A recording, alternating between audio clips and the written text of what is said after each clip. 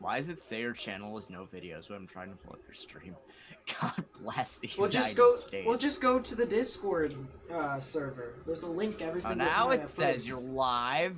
Exactly.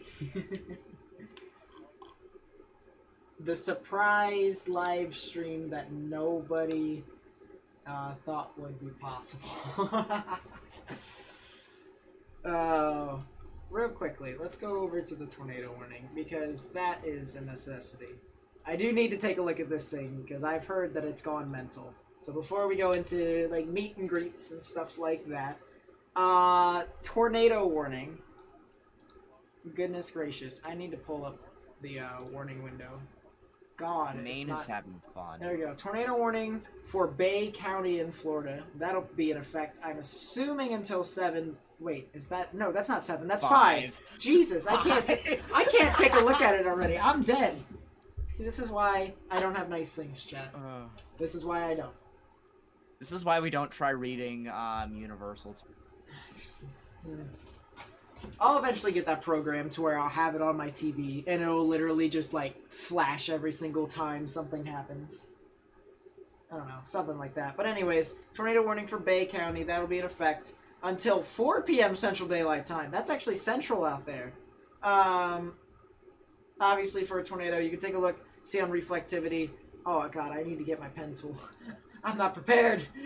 No. Jesus, Nate, come on. You have 1.84 thousand subscribers, and you forget to freaking bring your pen tool on. It seems to be some sort of ritual every single time. Exclamation point donut for Nate in chat, please. Here's the hook right here. The inflow, a bit unimpeded. These typical little brief spin-ups in and along the lines as it continues to move on through. This will eventually be impacting the Risotto Beach area as well as the Vicksburg area along County Route 388. So if you live along over there in Florida, you guys definitely need to go ahead and take your proper precautions. Get underground or get into the lowest innermost part of your building. I don't think they actually have it to where you can go underground this close to the side of the ocean. So I think it's more or less just get into the innermost part of your building, particularly a bathroom or a closet. We need to embrace 2 seconds, please. Oh god, he's got his EAS going in the background. I don't know where that's for, actually, nor do I really care at this point, unless it's for me, in which case I'm very happy. Yeah. Oh, it's a flash flood warning. Epic Games! Is this one of those perfect storm scenarios? Well, kinda. We'll explain the specifics of Marco and Laura in a bit. But we did have to go over this tornado warning, and there could be more tornado warnings like this. You can see this entire band that's stretching from Apalachicola all the way up to Weewachika. I don't know how to pronounce that, but I hope I decently pronounced it. All the way up into Panama City. So if you live in those areas, definitely you're going to want to keep that in mind with these armbands that swirl off of Tropical Storm Marco, maybe even Tropical Depression Marco real soon, as it continues to swirl off to the north and maybe even north and west. So we'll see as that continues to move on through. What's up, guys? Nice to see you all here. It's been a little bit, kinda. I need to edit my Oh, there's a storm blowing up over me. Hang on, I'm gonna disconnect. I'm gonna go outside and I'll recall. He's having a whale of a time, chat. True facts. Yeah, I'm gonna go outside and watch this, and I'll talk to you from there. Yeah, so we'll talk about Marco and Laura right now. Oh, never mind. I think they just issued a tornado watch, according to some of the people in my chat. So, that's nice. It do be doing things.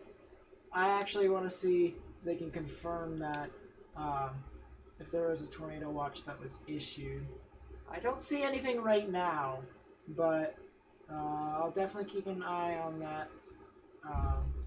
Yeah, I wouldn't be surprised if that starts to go off. But for now, let's just go into what all we can expect from Marco and Laura. Jeez.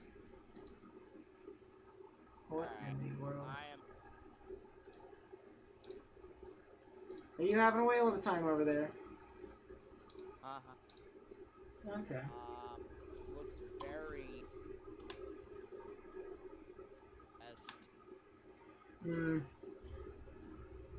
All right. Well, let's take a look at the National Hurricane Center. See what's happening with Marco for right now. So here's Marco.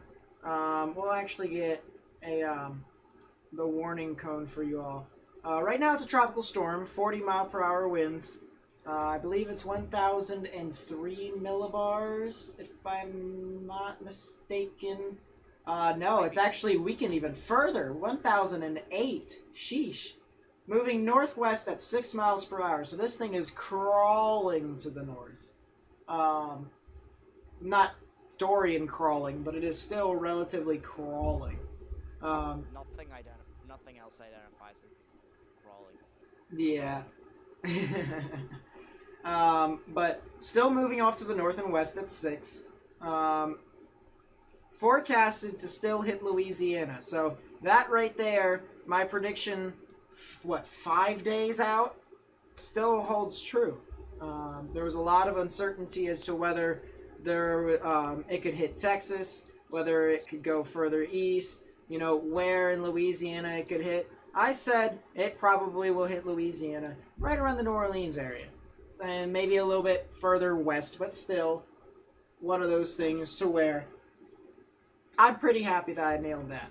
What I didn't nail, and what I didn't really account for all too much, I said it was going to be a tropical storm at landfall. Alright, I said that much. But I said it was going to be a high-end tropical storm. In this case now, the wind shear has completely killed it. And it might even land as a tropical depression. So, I guess we could have figured that out. But now I know, learning from this point forward, that if we have a system that is below a mid-range Cat 1, it can't live through 40-knot winds in a span of a day and a half. So that's something that I'll keep in mind for the future. But still, I'm relatively proud of how I did when it comes to forecasting this thing. I said it was going to be a Cat 1, and eventually was. Although now that I look back at it, I'd highly doubt it was a Cat 1 to begin with. But, it was designated as a Category 1 hurricane, and then it died out as it continued to head towards Louisiana. So, for right now, Marco is very much so not that much of a threat. From this, you can expect rains. From this, you can expect rains in upwards of 2 to 4 inches. Not all too much, or at least that's not going to compare to Laura whatsoever. So Marco, as of right now, isn't really that much of an issue. Let's take a look at the live conditions of Marco, seeing what stuff is happening around it. We'll pull up the infrared. You can see here, here is the low pressure system. You can see the clouds form this little swirl, but here's a lot of this convection off to the east of it. And notice how it's not near the center of low pressure. What, Morgan? Speaking of live conditions, I turned on my camera on my phone here. Look at this thing blowing up over. I got something directly in my north, and the clouds are actually blowing up as we speak. Really, actually incredible. Yeah, that kind of looks good, actually. Yeah, there's the tornado watch. They just issued the tornado watch. There it is. Oh, there you go. Wow. There's a bird. I might as well fix that up, shall we? I gotta get that on the, Well, actually, I'll fix that up later. But we'll go back into the analysis here. You can see the general swirl with the light clouds. You can see most of the convection is off to the east of it. And most of that is being pushed off to the north and east due to the fact that the shear is very lively and around those areas. So you can see all of this red right here is unfavorable shear. And that will tend to rip storms apart and make it very unfavorable for them to sustain. It's not more or less them preventing intensification, because sometimes shear could actually help intensify storms, but make it more disorganized.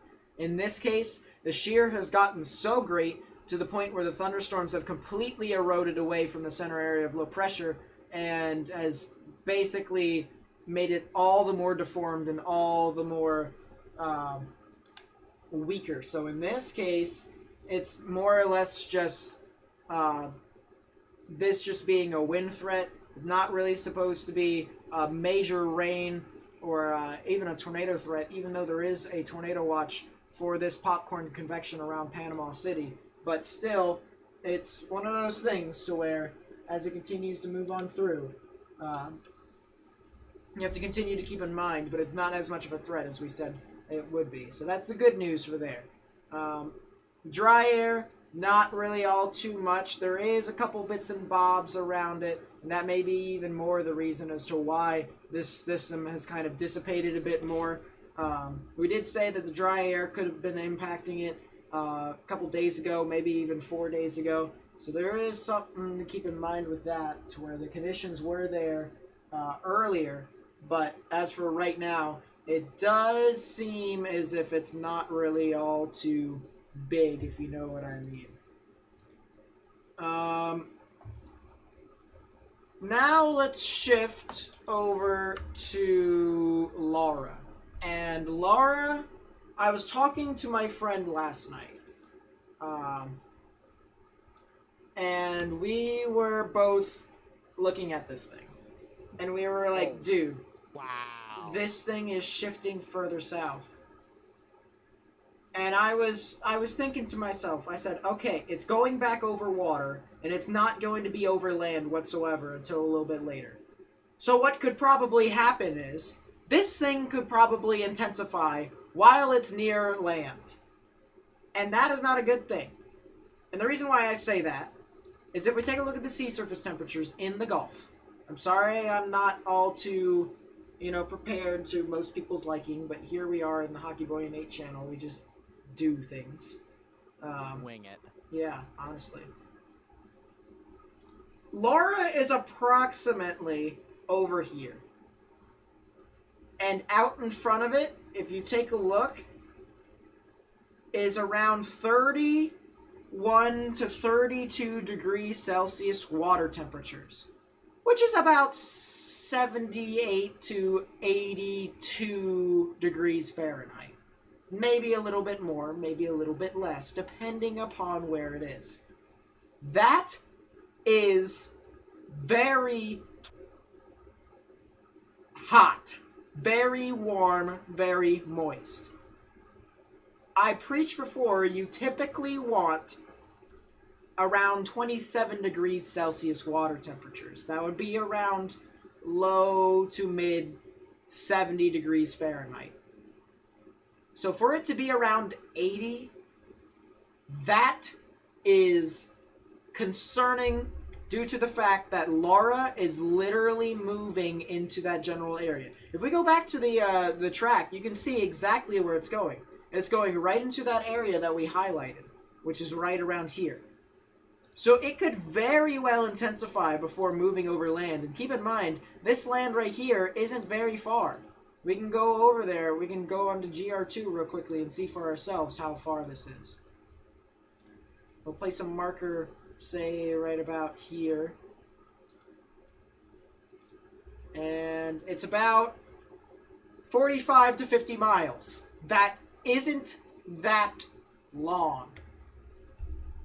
It could definitely amplify in strength as it heads towards that area and may not even lose that much steam heading over that area in Cuba. So we're faced with a situation here to where you could potentially have a hurricane by tonight, maybe Tuesday morning. It could get that bad to the point where, as it moves off, you can see right in front of it. There is a little bit of cooler waters at around 29 degrees Celsius, but that doesn't really hamper it all too much. You can take a look out in front. Look at all these warm waters. Look at all of it. 30 degrees Celsius. Very much so conductive for tropical systems. And I'm not saying this to make people scared, all right? It's just one of those things where I'm just blurting out first thing that comes to my mind, all right? That's typically what I do. It's straight up my opinion.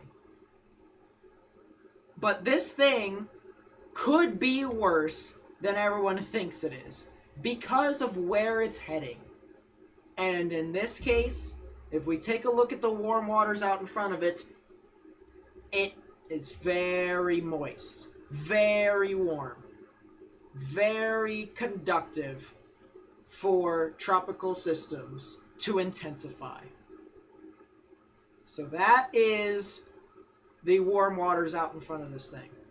Let's take a look at the overall of Laura. The National Hurricane Center says it's going to intensify as a Category 2 prior to making landfall. I'm going to be completely honest with you all. I will not be surprised if this thing hits Category 4. Hell, Category 5. I will not be surprised because of what is in front of it. It is bold, but Category 4 is looking very interesting. And I said this 2 days ago. I said in my mind, I actually said it out loud in my stream. I said, what is stopping me from saying that this thing could go Category 4 at landfall? And there wasn't really much besides the fact of where the storm was heading over Hispaniola. And in this case, now it's heading south of Cuba. And it's back over water. Meaning that it could further intensify as it continues to move on through. So, we already talked about the moisture there. I saw a lot of people here talking about if there's going to be any wind shear. You know, what does it look like? We saw before there was a lot of wind shear up here that was moving Marco to the point where it's completely diminished. But what about in front of Laura? What about that? Well, I'll let you all look for yourself. Take a look at all of this green right here. I'll just outline the yellow just to show you all. Look at all of that green. It is basically perfect. Nothing out in front of this whatsoever to limit it significantly. There is a little bits and bobs of dry air. There is some dry air out, you know, towards the north of it, towards the north and east of it. You know, but if we take the shear off and we go to the directional shear, you know, that is supposed to kind of stir off away from the tropical system, and the tropical system is supposed to move off into the Gulf on its own. So, I mean, the dry air could have a little bit of an impact, but not too much to the point where I think it's going to be detrimental. I think it'll just basically be a little brush and touch and go. So, we take a look at this, and we see how much favorable wind shear there is out in front of this thing.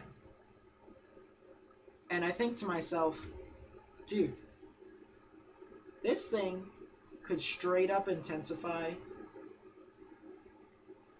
and keep going all the way until it gets to the wind shear. Because eventually the wind shear is going to move off. You see the direction of the wind shear and where it's moving. And it's moving off to the north and east. So the wind shear is eventually going to move off into that general direction. And that's what's eventually going to push the tropical system off into the coast instead of moving forward into Texas, although it still could. But most of the models say it's going to head into Louisiana. So, for right now, what I see out in front of it is nothing to hamper its success of intensifying further. And that kind of concerns me, due to the fact that, let's just think out loud for a second, alright? A major hurricane striking the U.S. is going to have impacts of some sort of nature. Don't know how this time. I pray to God there won't be any fatalities. I pray. Because that's the last thing I ever want to see. But we already know there's going to be some sort... There's going to be some sort of impact somehow. Some way. Not to mention, if I may be so bold in saying this, the South right now is kind of a hot spot for COVID. So... Only a little bit. Only a little bit. Only a little bit, but it's in a hot spot for COVID. So, I'm thinking here, and I'm trying to think, and I'm trying to figure out, and I said this before on a couple of my other live streams, how are they going to approach this? Because they have the people who have COVID in specific facilities. How are they going to get them to move at large amounts if there's any mandatory evacuations? Stuff like that.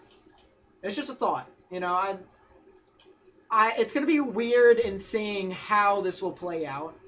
But they better think of a plan quickly. And I mentioned this before on a couple of my live streams previously. You know, to where as this continues to get closer and closer and closer, they need to develop some sort of plan. So, you know, we'll figure it out. We'll figure it out. But it's just 13 people already perished from Hispaniola due to Laura. That's unfortunate. Sheesh. 15 northern shears far up the system, push convection. Yeah, it's just... Hispaniola? Yeah, in Hispaniola.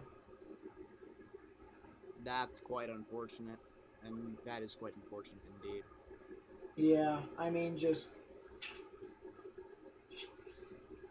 Thank you, Nino Hyopo.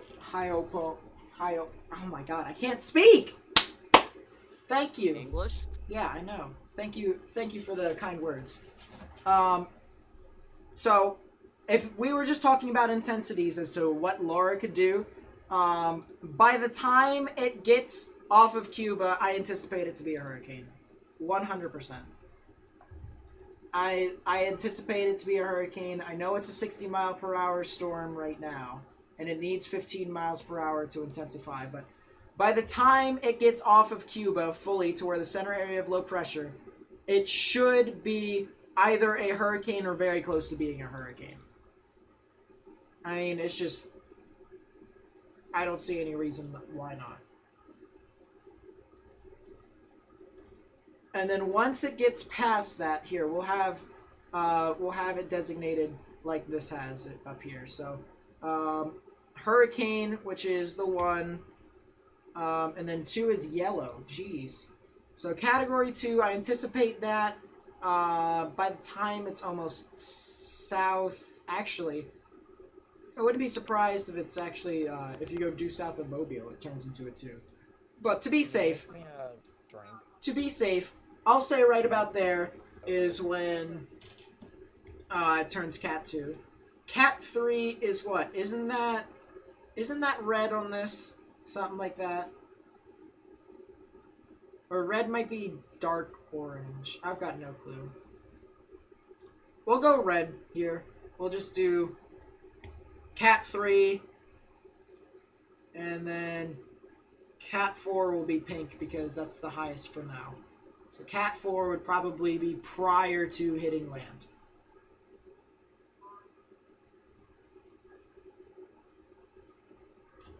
That's probably what I'm thinking. Now, this all could be moved further east. This probably will stay. But this could be moved further east. This could for sure be moved further east. But, you know, we'll have to see. That's if I wanted to play the Category 4 card. I personally think at landfall it'll be a... Jeez. I want to say 130 Category 4 so badly right now. I want to. But a part of me is saying stick with 125 to be safe. 125 Cat 3.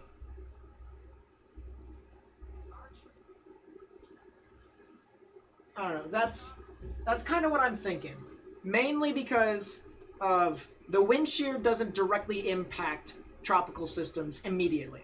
As a matter of fact, it actually intensifies some of the wind speeds, which is the reason why I'm saying Cat 4 is very much so likely. The issue here, I could say, most of you could be saying, well, if you want Category 4 so bad, why don't you go 135? Well, you can't have 135 miles per hour, according to the National Hurricane Center, because it goes in knots.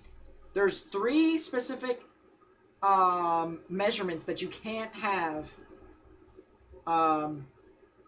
if in knots you're going up by 5.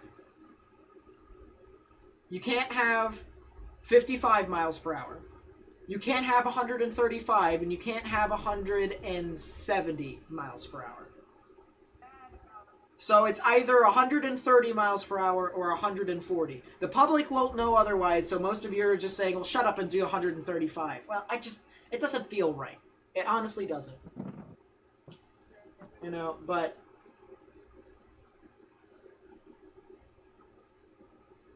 it just, I think 125 Category 3 sounds about right. By the way, I didn't say what Laura was right now. As of the 2 p.m. Eastern Daylight Time Advisory, it was a 60 mile per hour sustained storm with 1,001 millibars moving west-northwest at 20. So it is still racing off to the side there. You can't have 95 miles per hour either. Can you not? Well, that's nice. So, well, now I know. Now I know that I can't have 95. Good job. Well, the good thing I didn't predict 95, did I? But yeah. Definitely one of those things where people are going to want to monitor that.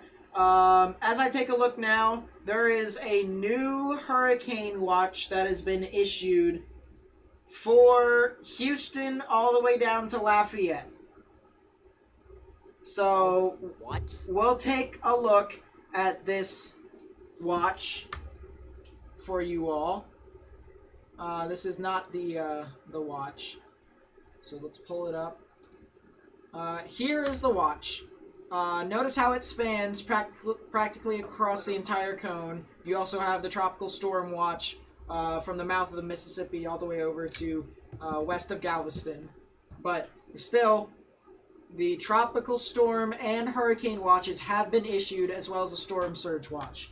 Let's take a look at the impacts real quickly of Laura, because as we get closer, people are going to want to ask when this is going to start ramping up and what can they expect. Well, let's take a look at the rainfall first off, because rainfall is going to happen regardless of what happens to Laura. So, if we take a look real quickly, the 1 to 5 day rainfall forecast by the Weather Prediction Center says that you could see 4 to 6 inches of rainfall into possibly even some parts. Let me actually zoom this in for you all so that you all can see.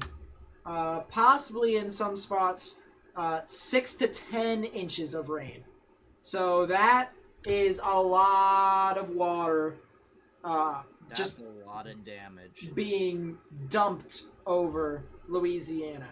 So they're forecasting, this much, and there could even be more. I'm going to be completely honest with you, there could be, but probably not, due to the fact that the wind shear is probably going to carry the storm out. Storm surge. A lot of you guys are probably going to wonder about that too. So let's take a look at the National Hurricane Center's experimental peak surge on their map. And you can see right here, from Lake Bourne up to Lake Pontchartrain, all the way down to the mouth of Mississippi, 2 to 4 feet and even 3 to 5 feet of storm surge down and around there. So Biloxi, all the way into New Orleans, down to the mouth of Mississippi, you guys can expect that much. And even further to the east, you guys can expect 1 to 3 feet of storm surge down and around near Mobile and Pensacola and stuff like that. Tornado warning, South Carolina. Of course, there's a new one. We'll take a look at that in a second. Tornado warning for Politan. That's southeastern South Carolina. This is west of Charleston. I don't believe this is in a risk area at all today, if I remember correctly. But someone can fact check that. But tornado warning for Colton County, that will be in effect until 5:45 p.m. Eastern Daylight Time. What radar are you on? I am on Charleston. It's located near Ashpoo, and locations impacted include Jonesboro, Ashpoo, Green Pond, and Ritter. So if you guys are in that area, you need to take your precautions. Get into the lowest, innermost part of your building, a bathroom or closet with no windows, to put as many walls between yourself and the tornadic rotation as possible. Yeah. And velocity says there's something there, though weak. Yeah, I'm looking at it right now. So we'll definitely need to be monitored. Yeah, we're going to have to pardon the Laura impacts for a second due to the fact that there is a current tornado warning, as Morgan said. You can see right here on reflectivity, the hook very evident here on radar, and the inflow unimpeded. So right in the middle where those two arrows meet is where the rotation would be. That'll be heading off to the Jacksonboro area. And down and around the United States Route 17 and the State Route 64 area. So if you guys live over there, as Morgan said, take your proper precautions, get underground, or get into the lowest, innermost part of your building. The velocities show the reds moving away from the radar, the greens moving towards. Right in the middle is where the rotation would be. The spectrum width shows there isn't really a lot of lowering. The spectrum width tells us if there's turbulence in the air. So typically, if you have a tornado that's going down towards the ground, it generally creates a lot of turbulence. So in this case, there isn't really a whole lot of it, but there is, a couple areas every now and then that you'll see this little ball of spectrum width to where on the scale it actually gets higher. But in this case, not as tall. Maybe in some spots up to 15.5 knots, but other than that, not really too big as of right now, so that's something to keep in mind. Real quickly, I do want to take a 3D of this storm just to see the inflow notch, and let's pull that Looks pretty over good, here. Actually. I can't get a 3D of it. I can't get a 3D of it. Morgan, is it just me or can I not get a 3D? That's just you. I could get a 3D. It actually looks pretty good. Do you want me to take it and send it to you if you can't get it? I'm gonna see if I can do it here. We'll show, jeez, yeah, I can't. Computer's an exclamation point donut. Oh no, I think I got it now. I think I got it. I think. Maybe. Oh, now I can't get it. I got it earlier. Yeah, I don't know. I don't know why I can't get a 3D of it now. Oh, take a look. The tilts aren't that high. That's interesting. I wonder why it's like this. Echo tops are completely... Oh, because it's in VCP 212. It's not really going to be that high anyways. Alright, well... We can't get a 3D now, but we'll get 3Ds on some storms later. That's typically what I do for severe weather and stuff like that. So, velocities still show a distinguished couplet, so it's definitely still a thing. Yeah, but it's... We'll just say it's doing things for now and leave it at that. So let's go back to the storm surge real quickly. See what exactly this is going to be dealing with, what we're going to be dealing with. So I mentioned before, from the mouth of the Mississippi all the way over to Biloxi and Ocean Springs, 3 to 5 feet of storm surge. Around Pontchartrain, you can expect 2 to 4. Then, from the mouth of the Mississippi to Morgan City and around near Lafayette, you can expect around 4 to 6 feet of storm surge, which is the most we've seen all year from a tropical system, if I remember correctly. I think it's more than Hannah. So that is pretty interesting to say the least, and we're not even at the maximum of what you could see in this case. So that's from Morgan City to the mouth of Mississippi. Right there, you can expect to see 4 to 6 feet of storm surge.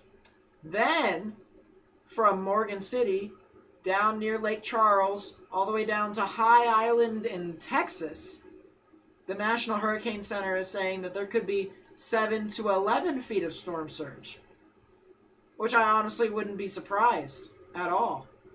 So that's pretty interesting to say the least there too. Most of these areas guaranteed will be underwater, and I will show you guys the overall map of where the storm surge will hit specifically, but most of this area, 7 to 11 feet of storm surge. You think of it this way, all right? take your height, for instance. You know, if you stand up for a couple seconds, say you're 6 foot. All right, I'm 5'10", but say you're like 6 foot. This storm surge will go over your head. It will pick up cars and possibly move houses, unless if you have a structurally sound building. But even then, it's probably going to fill up the first floor.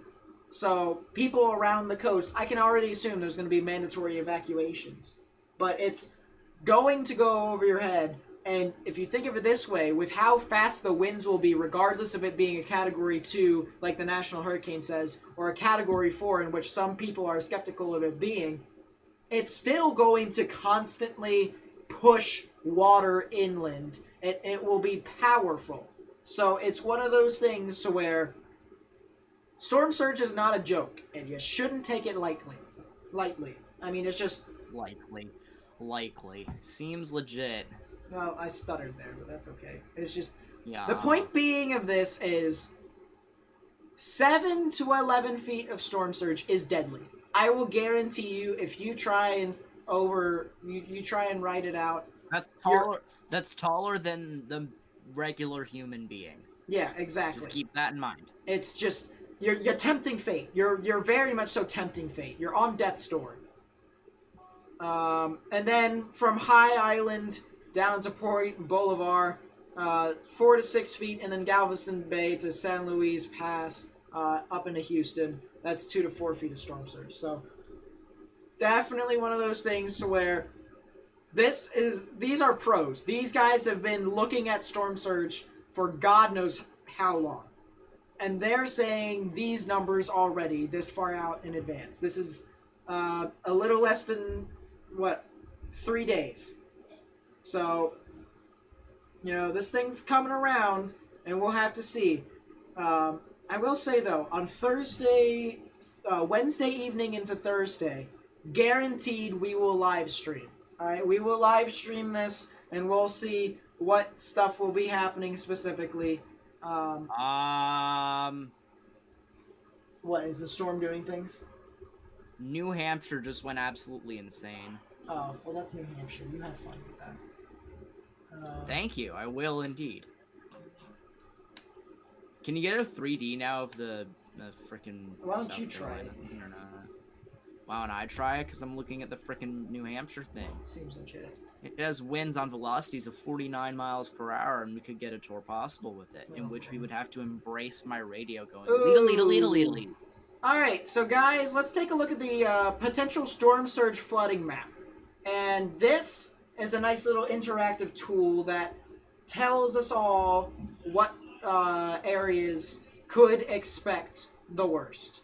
So, let's take a look here. Let's take a look at the inundation with intertidal layer, because if we do inundation layer only, it won't really do all too much, and it'll just look worse than it already is. So let's just do inundation with the intertidal layer. Even so, there are some areas that... Here, I'll even zoom in real quickly for us all to witness. There are some areas that are still... Actually, we might as well get acquainted with the colors here. Blue is greater than 1 foot above ground. 3 is greater than 3 feet. Orange is greater than 6. And 9 is greater than 9. I said 9 is greater than 9. Jesus. God. Red is greater than 9. Sounds about right. Nate, that's really, really good job on that. But anyways, if we take a look back at the map here, and I'll scroll this down here, you can see there are some areas of red. There are a lot of areas of red.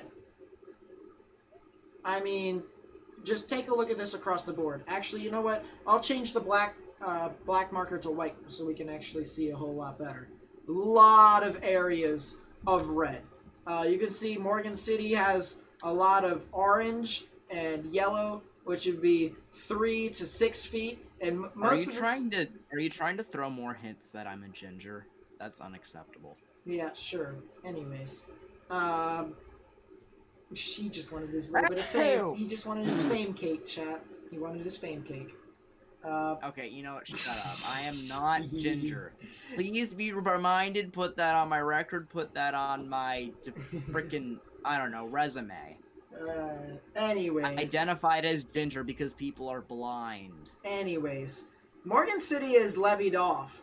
So, we can't exactly tell what all is going to happen with Morgan City. But most of this already has 4 to 6 feet of rain already. And if you add that with the above 6 feet in storm surge, you could expect some sort of flooding down and around near Morgan City. So a lot of stuff could be happening across the board down and around just near Morgan City. And that's not even the worst of it, according to this map. You know? So we're just we're working our way from the east and moving our way west. So we said before, Morgan City has around 6 feet above storms, 6 feet, oh my god, I can't speak, 6 feet above sea level storm surge. There we go. Thank you. Are you having a stroke? I was, but I somehow managed to recover. Anyways. A very quick recovery. I know, right? It's quite efficient. Miracles. Miracle. It's very much so one of those things to where Morgan City could expect some impacts. Not directly, because the center area of low pressure is forecasted to be a bit further west of that. But as it continues to move on through, you'll have to see if this changes in any way, shape, or form.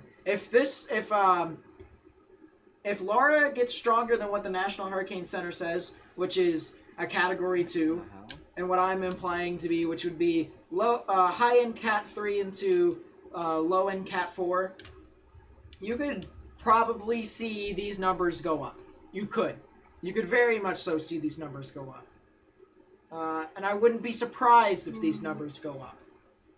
So, you know, as it continues to move on through, we'll have to monitor this. I said on Wednesday night we'll live stream it because that's when it's supposed to make landfall. That would be right around midnight, stuff like that. So it's a nighttime storm, something that most people did not want to hear or see.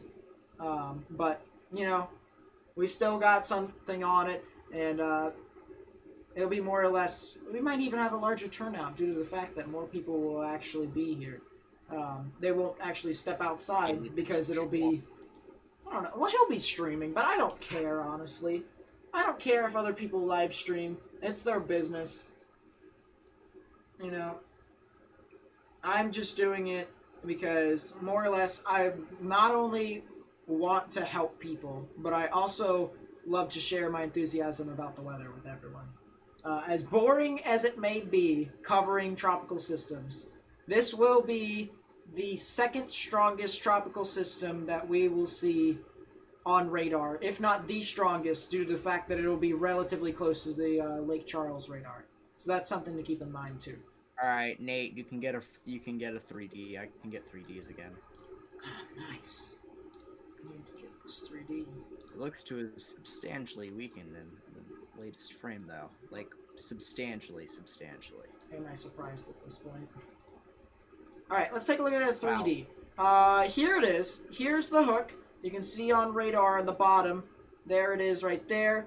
And taking a look at the 3D, there is the inflow notch that I have mentioned before. This kind of arch right here to where the inflow can come into the storm unimpeded. That will consistently fuel the storm and allow it to sustain. So as long as that inflow notch is intact, it'll be able to continue to thrive as its own individual thunderstorm.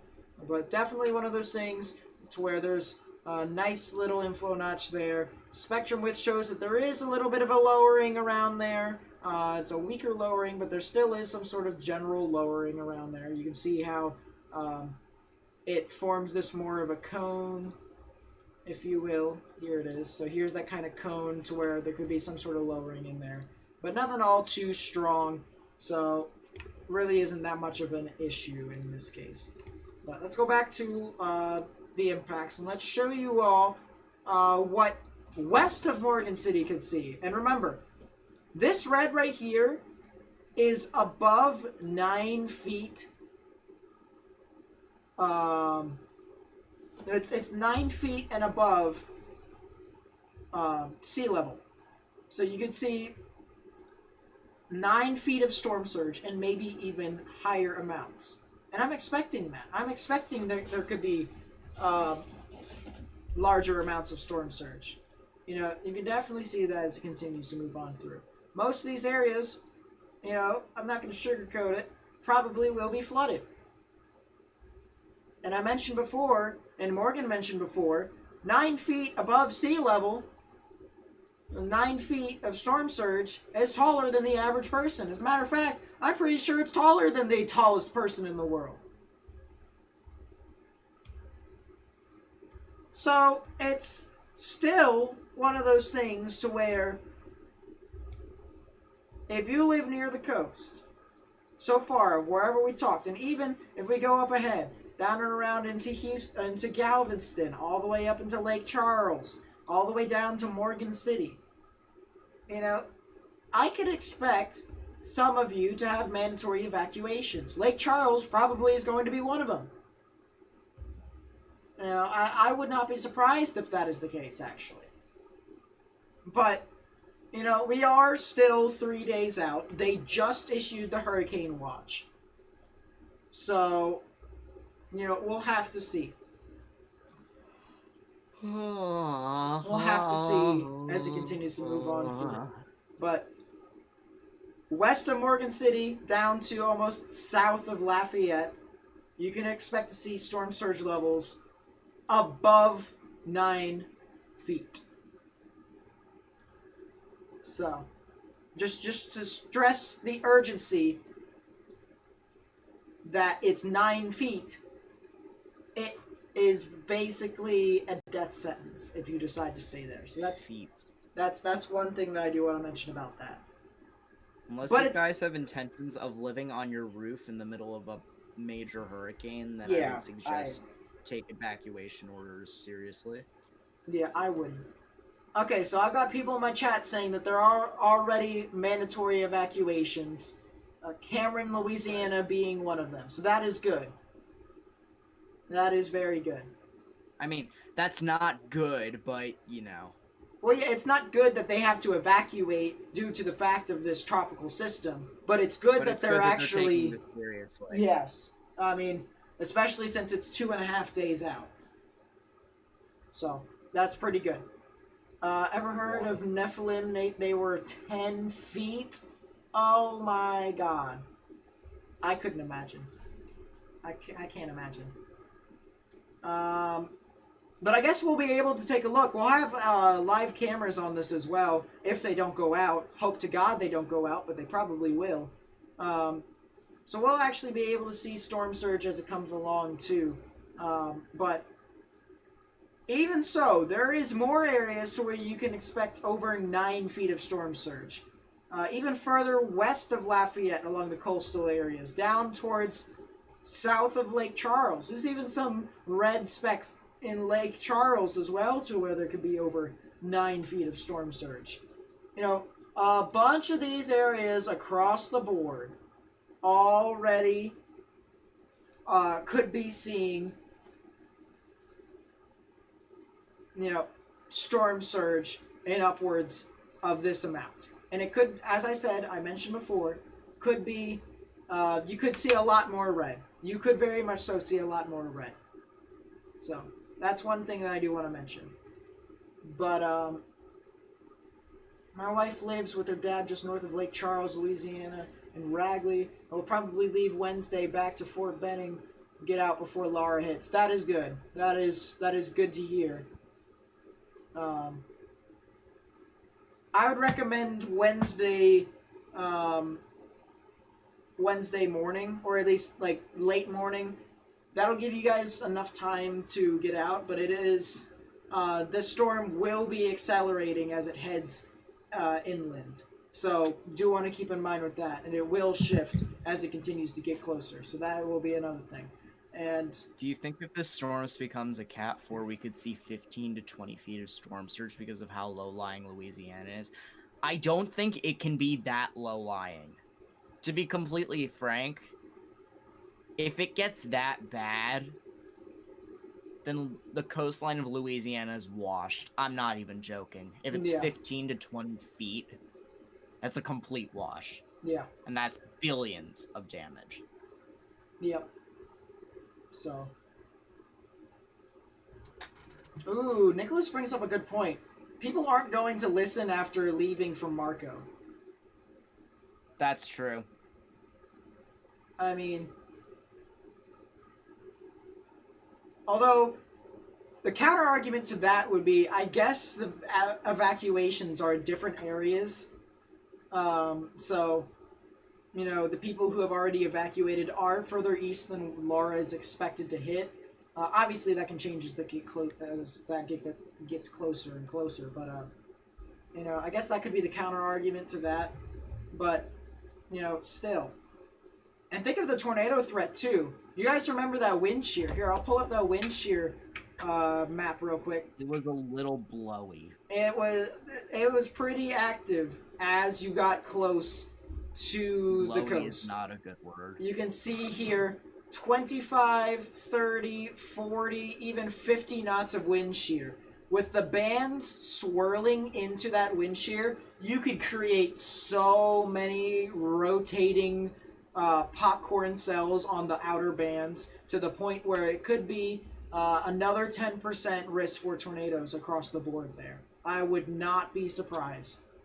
As a matter of fact, it could even go. It probably could even go SIG due to the fact that the wind shear would be that high. So, Nate, new tornado warning. South Carolina, is that another one? Yes, and it's headed right for North Charleston. Oh, good lord. So this is a tornado warning for Charleston, Colleton, and Dorchester County. That will be in effect until 6:15 p.m. Eastern Daylight Time. This is off of the cell that was previously tornado warned for Jacksonboro.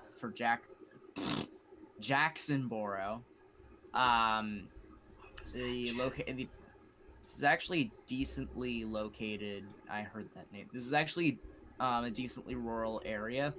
So the only locations impacted include Ravenel, Delamar, Crossroads, and Jacksonboro. But if you are in that area, you need to definitely take your precautions. Get underground or get into the lowest airmost part of your building, particularly a bathroom or closet with no windows, to put as many walls between yourself and the tornadic rotation as possible. If we can get some storm track out here, I'm going to actually storm motion this and track it out. So this will be impacting United States Route 17 right about now. And this, in theory, will head towards the general direction of State Route 165. That would be in about 40 to anywhere between 40 minutes to an hour from now. It would impact the Charleston County portion of said... No, not Charleston County. Which county is that? Charleston County's there. Which one is it? I can't find borders. It will include the Dorchester County portion of 165. So if you're in that area, you need to get into your safe space. Yep. And as I says that,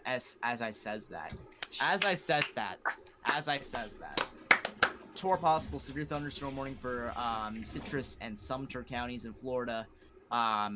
That is west central Florida. So I have a feeling that is, yes, it is off of the marine warnings that are in effect for multiple hours. Which is kind of strange to me. But there is a tour possible for Citrus Springs, Holder, Felicia, Hernando, Inverness, Lecanto, Black Diamond, Pine Ridge, and Citrus Hills surroundings. If Melbourne's radar would load, that would be, or Tampa's radar would load, that would be excellent. So yeah, actually there is a distinct couplet right in there of 25 and possibly... more 25 on top of, I'm seeing 40s, 30s, 40s, 50s. So just in and around that area, if I get some storm motion out for this as well. You can see it's headed off towards Felicia, Holder, and Donaldson. Felicia in about now. Holder in about 5-10 minutes, Donaldson in about 15, 20, 25 minutes or so. This is actually going to parallel United States Route 41 as it heads up Florida, and it will intersect with County Route 491 in about 5-10 minutes. So if you're in that area, you need to monitor this, as it actually tells pretty good now. Yep, so you heard him. Just wherever so he just mentioned. I just took over your stream. I apologize. You're fine. You're fine. You're fine. But yeah, as he has mentioned, anywhere around where he just said, you need to go ahead and monitor those areas with the utmost care. Let's go back to the storm surge real quick. I want to take a look at one more thing before I leave it to Morgan. Because I do have a class. I just started college today, guys. Whoop-de-doo. For Penn State. Gonna try and get that meteorological degree. But I have my class that starts Penn at... State. Yeah. I have my class that starts at 6. So I'll allow Morgan to carry the stream for about an hour. And then he can tell me when he wants to cut the stream, or if he wants to cut the stream now, and if he just wants to relax, because that's understandable. But I have to eat dinner at some point. I have to figure out when I'm doing that too. Well, then we can end the stream, say, in 15 minutes, and we can just call it out. Hang on, you know what? I'll go figure out when I'm eating really quickly. Yeah, that's fine. But yeah, as this continues to move on through, I mean, just look at this across the board. I mentioned before, the reds indicate storm surge and upwards of 9 feet, maybe even more than that. Oh, wow, we got a donation. Police! Help! Police! Help! Police! Help! Help! Police! Because seems legit. Oh boy. Nicholas Reiser with the $5 super chat. I really do appreciate that, my friend. Thank you so much. But yeah. Yeah, I said, yeah, thanks for the congrats on the first day of Penn State. Honestly, it was pretty good. It was a pretty good day so far. My, it's not completely done yet because I gotta do my Zoom meeting. So I'll be cutting my camera and stuff like that, or I'll be moving it from one computer to another. But, thank you, I appreciate it. And I said before, nothing's going to stop me from getting my degree so that I can actually become certified and I can actually do research and stuff like that. So, whenever that comes, obviously my knowledge and weather will only increase from there. Alright. And it will just be pretty cool. So, if you guys like to hang around with me, that'd be great. I am eating closer to 7 p.m., so the timing should actually work out okay. Okay. There's a severe warning in New York for Washington County. Ping pong hail figures. So, of course, when the SPC issues the smallest 5% hail risk that I was actually in today, whenever they issue the smallest hail risk, there's 3 instances of 2-inch hail in Maine. There's ping pong hail in New York right now. There was ping pong hail in Vermont earlier, and I saw ping pong hail in southern New Hampshire today. What the hell? Poor Penn State fans, they canceled football on them. They canceled hockey, too. Hockey, big sad. Loved hockey. As you can tell from the username of my channel. But, yeah, fun times. So yeah, that's the storm surge. That's what it's looking like. And just a generalization, over 6 feet of storm surge across the board to where there are hurricane watches in place. So that's something to keep in mind. There are storm surge warnings out and evacuation. So to be quite honest with you, just heed the emergency management's requests. If you live in any of these areas where they have these mandatory evacuations, please listen to them. I would highly recommend that you listen to them, just in case if this does get more, if Laura gets stronger than the National Hurricane Center anticipates, you would want to be prepared, and you wouldn't want to be in a situation to where instead of it being a Category 2 hurricane like the National Hurricane Center says, it would be a high-end Category 3 or a Category 4, like what I am forecasting. But definitely one of those things where, regardless, you're going to want to heed the National Hurricane Center's warnings. So that's something to keep in mind there. Let's go over to Marco real quickly. This is just a little, informational about what's going on with Marco. First things first, it was a hurricane yesterday, and it is depleted significantly. If we take a look here, you can see that this thing it looks terrible. I'll show you guys on satellite. Actually, I'll show you Marco right now. Look at the infrared right here. You can see, I'll actually go a little bit closer there. So you can see the cloud bands, the not as visible clouds kind of swirling towards the center of low pressure right here. But you still have this convection out to where there's an actual tornado watch in place over in Florida right now, right around Panama City and stuff like that. So there is still some convection going on, but it looks absolutely disorganized right now. And the reason being because of that is because of this wind shear. You can see all these red lines right here. This is the winds in the upper atmosphere or the lower atmosphere. Regardless, it is pushing these clouds away from the center of low pressure, which just so happens to be Marco, and is allowing it to weaken and eventually just die completely as it moves further and further inland, I should say. So that's something to keep in mind as that continues to move on through. So that's what's happening to Marco right now. It's not forecasted to do anything big, but it is forecasted to move over Louisiana relatively soon. So you guys could expect some gusty winds, but like not all too big gusty winds to the point where it'll like blow trees and have debris flying everywhere. So that's something good something for Louisiana. I guess a little sampler before Laura comes in. And I guess it's not really a sampler. I guess it's more or less just passing rainstorm. But still, something coming around your way to kind of warm you all up. Question, would you be surprised at all if Laura becomes so large that it has severe weather and tornado threats from Louisiana all the way to Georgia, the Florida and Carolina coastlines? I wouldn't say Carolina all too much, but I could see some severe weather in Mississippi, Alabama, not really Georgia, but you could definitely see that down and around there, to where there could be some sort of impacts when it comes to, say, the wind shear being down and around there, but nothing really too much, so.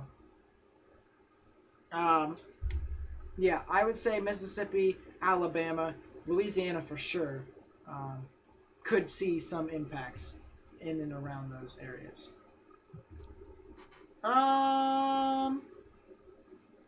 Let's see, as I look through my emails.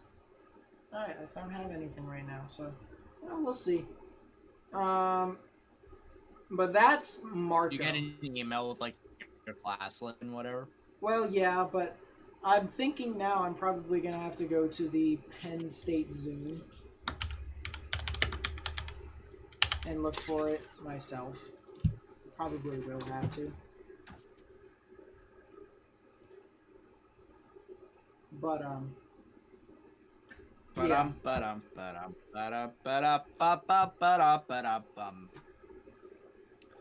So, Nate, when you go, I figure I'll share screen. Yeah, that's exactly what I want you to do. Ow. My ass. Anyways, so yeah, basically, just to go over what has happened from my end of the stream, Marco has significantly weakened. Laura is expected to intensify as it gets closer and closer to Louisiana, and could see a lot of risks across the board, including storm surge. So I'll be back tomorrow. I'll live stream tomorrow. I would say probably at around, what would you all say, 5 o'clock? Would that be a reasonable time for me to live stream? Maybe, yeah, 5. I would say 5 o'clock. Maybe 5:30, 6. I would think that would be um, a reasonable time to stream. Yeah, I would say so. So. Oh boy. And then obviously we'll live stream Lara till Kingdom Come. I don't have to go to campus on Thursdays. All of it is over Zoom, so that's good news for me. But still, regardless, it's something that we still gotta talk about. So, anyways, that'll be it for me. I'm going to relinquish it to Morgan for now. Yeetus deletus. And he will take over from here. So if you want to screen share, my friend. Yeah. That'll be great. Alright, so what we will do here is we shall full screen that. And then we all set? This. There we go. And all I have to do is... Anish is telling you to chase Laura. I'm not chasing Laura. I can't chase Laura. There's no way. Yeah, you can. It would just take a very long time to get to. Dude, it would take 2 days for me to get down there. Just by driving. And flying would probably not be an option. If you want me... if I were to chase something... Too much money. If I were to chase something, it would be along the Carolinas, because I know people who live along there personally, and I'll be able to get live feed from over there and chase it too. You guys saw yesterday I have my own jacket, and rain jacket, and I'll be able to cover it from there. So that'll be pretty cool. But anyways, that's gonna be it for me. I shall relinquish it to Morgan, and I will see you all tomorrow. So peace out, everybody. Alrighty, ladies and gents. Oh, that figures. So the house that I go to in Pennsylvania is now getting a hailer. Very cool. That's Jesus. Well, how do everybody? Got a little bit going on with those tornado warnings, and then this tour possible that just died. Maine is basically done for the moment. From what I'm seeing, it's basically all just done. But there is some popcorn cells now developing as well, so that is definitely something else to keep in mind. If you fly to BR, I will drive you to Laura.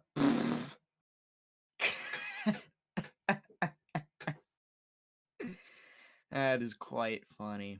I'm back. Well, welcome back. I'm taking over the stream for the moment until Nate can return later on. If you guys don't know, my name is Morgan. I go by Royal NYR54. Nate and I have been partners for a few months now, and I stream weather stuff as well. So we are going to take care of this and wait for the Charleston radar to load. Nice. As it loads here, you can see the rotation is actually a little bit better defined at this point. Particularly earlier, it looked to be a little dead, and it actually looked to have peaked closer to Jacksonboro. So that is definitely something to keep in mind. And if we take a look in there, there could be some sort of debris right in here. In fact, I am going to probably pull up Epic Pen soon, just for a drawing tool. But you guys can see the little green speck right in there. Could be some debris. This needs to be monitored. More popcorn cells just all around Charleston as we speak, and depending on how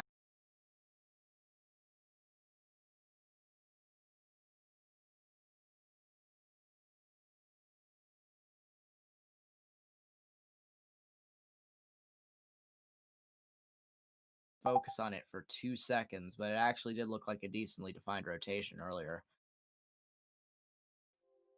And this is also dead. All right, excellent. So unless this can actually seem to revamp itself a little bit, we'll probably be dealing with a little bit of a break in the activity. Hi, Morgan. Hi, Craig. Oh my God! Everyone is now having Nate. Frickin' everyone now wants Nate to go down, and everyone's offering their facilities, etc.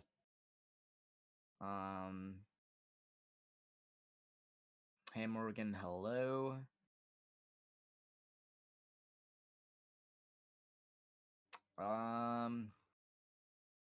Yeah, so now this looks to be splitting apart as well, but the velocities are getting a slightly stronger, 25, and on the way other side 30. Not a lot, but I'm gonna keep monitoring it. Flash flood warning issued for Jackson, Washington, Holmes, and Bay. And down here, this still has a tour possible tag, I believe. Yes, sir. Right. Wow. God. All right. So the tornado warning for Colton County has expired as of now. So now the remaining one is just for Charleston, Colton, and Dorchester. As my phone goes off. Particularly with these bands of lore, with the bands of Laura and Marco, you're gonna be talking about smaller embedded tornadic rotations that could potentially do something later on in time. It's hard to say as of now, but yeah, you can come to more. Like, if I'm in New Hampshire, I'm absolutely isolated from all sorts of life at this current moment, except for the life in my house. Sup, Genji? Ugh. Hi.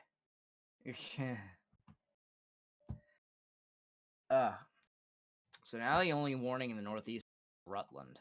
If we take a look at this, this is for that storm. So I actually remember this particular thing.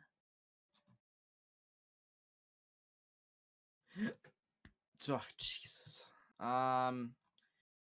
So it actually does appear here. I'm actually going to just switch my screen here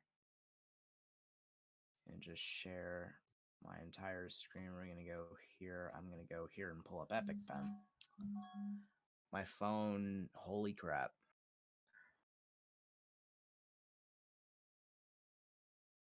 So it actually does appear. Okay, I have so many issues right now, so please just bear with me, chat. Really quickly here. Gonna move this here. I'm gonna do this. Okay, better. So it does look like we could have some more popcorn convection with a few different isolated cells going on up up by Montreal, and around here about to approach the St. Lawrence. Something to monitor. I really don't know if there's going to be any kind of organized storm development that comes out of this. But for the moment, it's just something to monitor. Down by Rutland, really not a whole. There actually does appear to be a couplet on this storm near Pulteney. It is a weak couplet. It is 28 on top of 16, 17, which is 45. Again, weak. Something to monitor, though, and if you take a look at spectrum width, there actually could be some sort of turbulence to the ground, 24.1 or 21.4 knots, pardon me. There could also be a couplet up here, but this storm actually could try and eventually do something. There's a couplet here, very weak couplet here. Really, the entirety of this storm, just along this line, could end up doing something. So that'll be something to keep in mind going forward in the day, or evening, night, the time where light fades. there's really not a whole lot going on right now, and I actually want to. When are the severe storms going to happen in Minnesota? So actually, fun fact, the model runs want initiation to happen in the middle of the night. So, the initiation of these storms actually does appear to be happening in the middle of the night, as I have to readjust my seat because my ass hurts. If we take a look at the HRRR here and scroll over to the Midwest, this is 0% complete, which is not going to help us. As you can see, starts to really go later in the evening. You can see just north of Minnesota or Minneapolis. You can see some sort of organized development and convection there. This is midnight Central Time, so this would be 1 a.m. Eastern Time. So it looks like it's going to be overnight convection. We could see a watch for that later on in the evening, and then it just basically zooms through central Wisconsin, goes over the lakes, and eventually heads off towards Michigan, southern Michigan. So that's something to keep in mind. If we take a look at the 18Z, probably tell us a little bit more. So as you can see, it just really kind of dies there. And then you get some sort of organized development again, middle of the night, over and around there. Okay, I do not have a comfortable seat here in my chair. This is not very helpful. I'm in fact just going to do this. And we will manage like this. Okay. I want to actually come over here. And my parents are in South Carolina getting more problems than Marco than I am in Iowa. Well, I don't think Iowa particularly wants anything at this moment, considering what happened a week or so ago. So, really, that's just my view on it. I'm going to close this now. And yes, ignore me. I have a Cole Horns playlist of horns that I like. We're not going to speak of it. We will move on with life. Let me just check if there's anything else going on right now. So these storms down here by Rutland look interesting. It's a known fact. It's a big mess, actually. Isolated pop-ups north of Burlington, east and west of Montreal. Actually, some over by Ottawa as well. Actually had hail earlier too. So we'll keep an eye on those. My radio will accordingly, and we'll just have a grand old time. Yeah. All right. So I actually just wanted to address what's supposed to be happening tomorrow because it looks strange. What I'm seeing is, I'll be completely honest, I don't see anything happening. I don't see anything happening due to the fact that the front moves too quickly. You can't really get that much initiation. Sure, the dynamics are there, but reflectivity shows nothing. I at least like it to show something that could resemble some kind of severe risk, but it doesn't show anything at all. In fact, I will pull this up here and show you all what I'm talking about here. We'll go from model to model here. But at the moment, the new GFS is running. Actually, I want to take a look at the GFS because it has been very eye-opening over the past few weeks. So yeah, So now, the GFS has it flirting with a Category 4 Laura, 957. That's excellent. It has it slamming right into the Texas-Louisiana border on the coast of the Gulf. And meanwhile, there's big fat low over New Brunswick. Very nice, very epic. Love to see it. God, I have hiccups.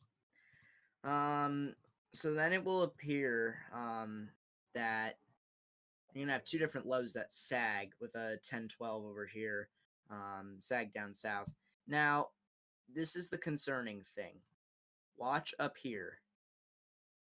Just watch up there, and as time goes along, you can see some sort of big bomb tries to develop. Snow does appear on these model runs over parts of Idaho and Montana, and it could actually sag in to Washington as well if you take note of that. It's strange because with this low is actually going to bring a temperature dip down in here, so you're going to be able to get snow. Whether or not that sticks is a different thing. You can see it goes all the way down towards Yellowstone, down in there. And then big cold front with a sublow of 996. 986 up in Canada is going to have a sublow of 996 that sits over the plains. You can see what happens with it. Big, huge cold front going up and down just the entire length, the Midwest, northeastern plains. This is a huge, huge thing that we need to keep an eye on closely here. This is the beginning of September, and depending on what happens here, we could see a really big storm event going up and down the country. If you take a look here, you flirt with the derecho for the Northeast as well that day, and then you flirt with the derecho the day before for the Great Lakes, going up all the way down into Texas, technically, and it just keeps going. It does not stop until you get it basically about here, in which the cold front is still present. So, depending on how things play out, you could see a big organized severe risk. It all needs to be closely monitored, but again, we're going to start seeing this pattern where in holy 1032, we're going to start seeing this pattern where lows just start to sag with sweeping cold fronts. And when you get to that point, you're going to have lows sag this way. The lows are basically going to set up here. You're going to get large cold fronts going up and down through into the southeast. So depending on how that can set up, you could get organized severe risks pretty frequently coming up. To say that there will always be a very big severe weather event, that's not true.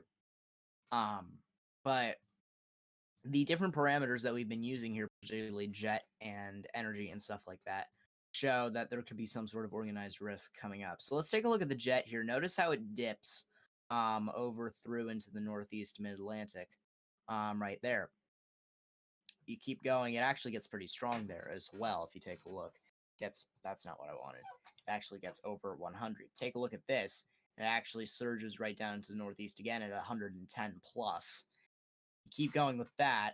It just persistently remains over the northeast and in fact gets stronger. So you can see 121 there.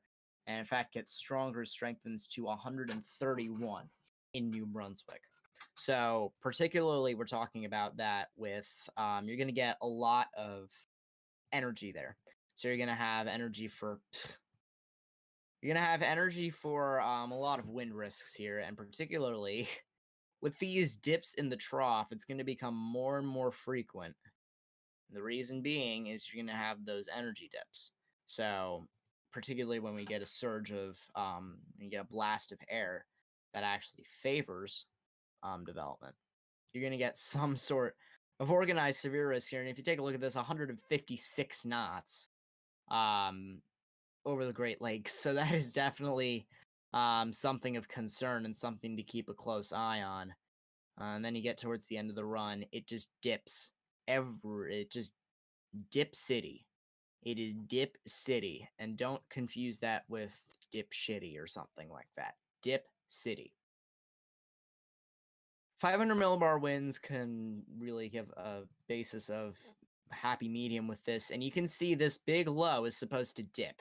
So you're going to get, I have a feeling if you can get the right amount of moisture, you're going to get more organized setups going in here in the Northeast over the next few weeks, or a few days, excuse me, with this low pressure here. Eventually moves away, but that jet is just continuous. It does not stop. It just remains always at 50, 60 knots, potentially higher at times. Then as it goes away, jet remains there. Jet remains there in a lower value, which is interesting. Then you get the dip, in which case you're going to have decent values, 50s, 60s, across the board here. And then you keep going with that, and you can see the jet almost flattens. So it just dips slightly into the northern plains and Midwest, and it basically just flattens. And then you get into Dip City again. Particularly here, goes all the way up to 103 knots of 500 millibar, which is dangerous. Let's take a look at 850 now too, as I actually need to get Crackalack. Where is this?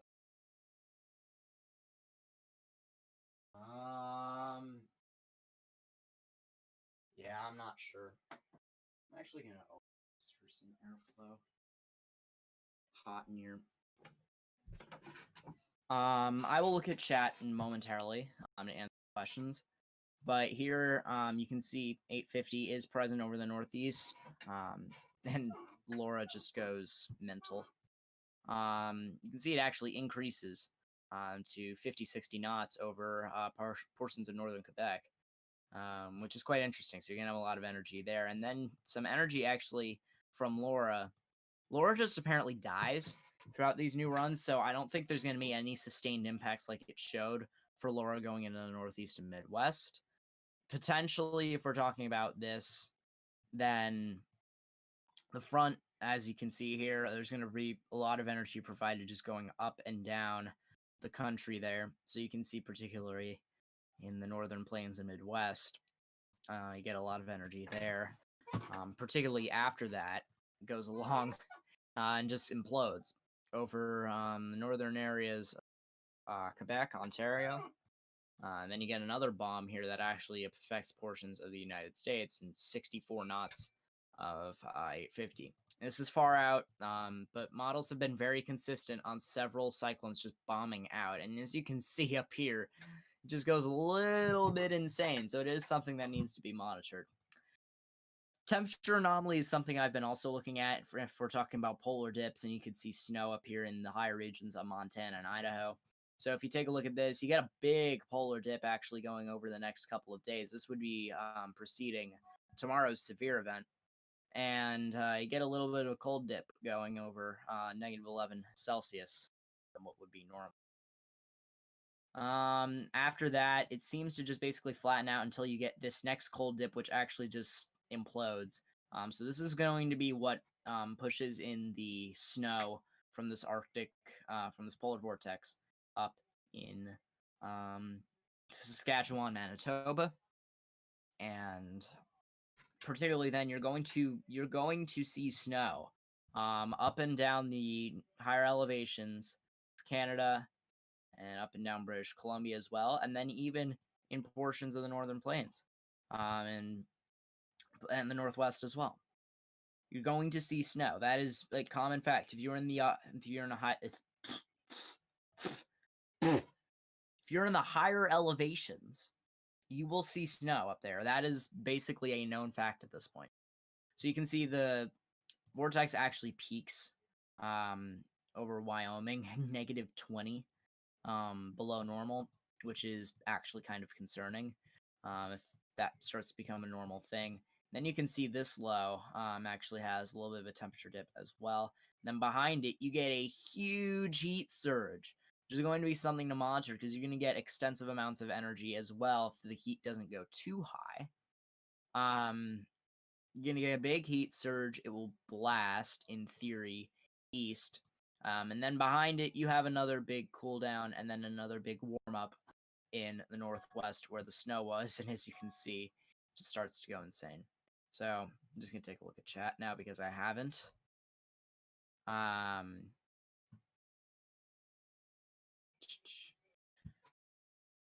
Morgan liked the stream. I will later on. I'm in Louisiana. Oh, Baton Rouge. That's what I meant. That's what I meant. Ugh. Tomorrow will bust. Would not be surprised. Tomorrow's gonna explode. Meh. Let's not say bust until the actual event ends, but I do say enhance isn't still in the wrong place. Enhance shouldn't be there in the first place. Is the equivalent to a 10 tornado bust a 30 sig wind? Kind of. Wants to drive around filming Baton Rouge, even if it gets pretty bad, but probably won't here. Baton Rouge will probably be okay. Where is it enhanced? I will show the risk right now, actually. As Gray reports, thunderstorm wind damage, trees down on wires in Cumberland County. The day 2. So the enhanced is placed over portions of central southern Jersey, Pennsylvania, Maryland, Delaware, Virginia as well. Which is strange. Out of all places I expected it to be, I expected it to probably be up here where the jet punches. If there's going to be any place that it happens, there's any place, I would say probably in here. Simply due to the fact that the jet just pushes. But I doubt there will be anything at all in terms of in terms of enhanced risk. 2 tour down towards Louisiana coast. 30 wind non-sig, 5 hail across the board. So it's just strange. Ugh. God. Marco was low energy. Get him a bottle of water? No. Is Georgia going to be okay from Laura? Georgia should be fine. Georgia is going to be out of it. Laura's set to make landfall at about here. So, Georgia's going to be okay. Blah, blah, blah, blah, blah. Thanks for covering this, Morgan. My pleasure. When's it you for keeping the stream up? It's least I can do to help Nate. The Codnim Nest, there's an STP value of 28 points. Yeah, I saw that. Don't know why. Bartender says that will be 2020.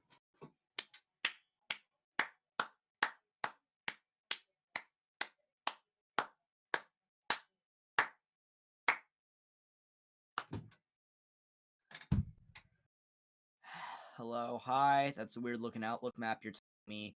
Nope, the cold front's too fast. The main threat will be the Delmarva. Delmarva probably won't even see that much to begin with. If the cold front's moving that fast, and there's not enough jet. There. Lord, a tornado watch. Yeah, there happens to be a tornado watch for portions of Louisiana, Georgia, and extreme southwestern or southeastern Alabama, pardon me. Coastal waters, too. Literally, all it says is a moist air mass and moderately strong low-level shear will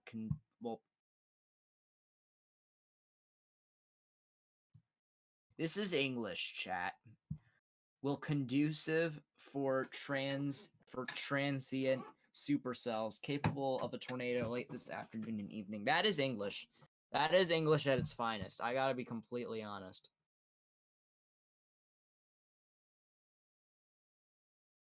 That's strange.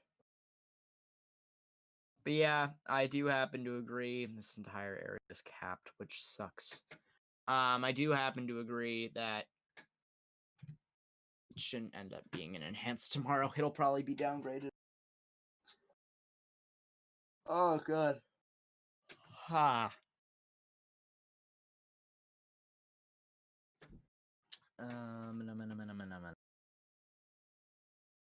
So I'll go back here, look at a few more things I just want to take a look at. The pressure just looks whack, and I just want to show you this for fun. It just looks insane. So you get the dip here, the kind of hook-looking thing. There, it ends up spiraling out. Then you get whatever happens here. Just goes absolutely insane. You get a big cold front. This actually does appear to be dangerous if that actually verifies. And then you get this, which is cold front with 3 different lows areas, and then it just spirals out. And you get another cold front, and another one, and then it ridges. It's just strange. Let's take a look at Cape for ideas of energy on these days coming up.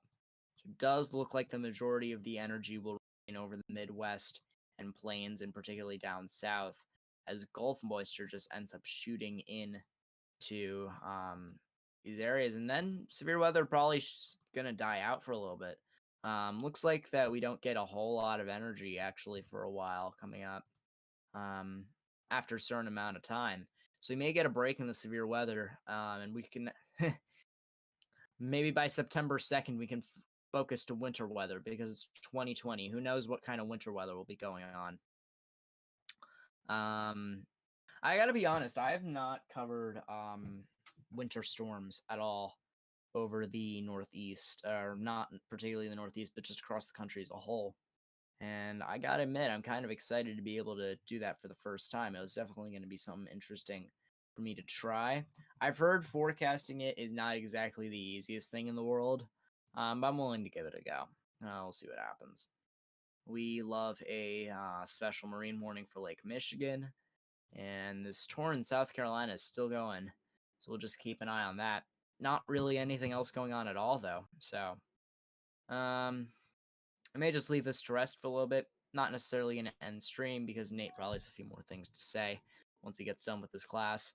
There still is some sort of hook here. Looks to be reasonably weak. Oh, God. As you can see, green's moving towards, really. Green's moving towards, red's moving away, and in fact, there might actually be something trying to hook around here if we take a look at this. It actually did get reasonably starting to look a little more interesting now.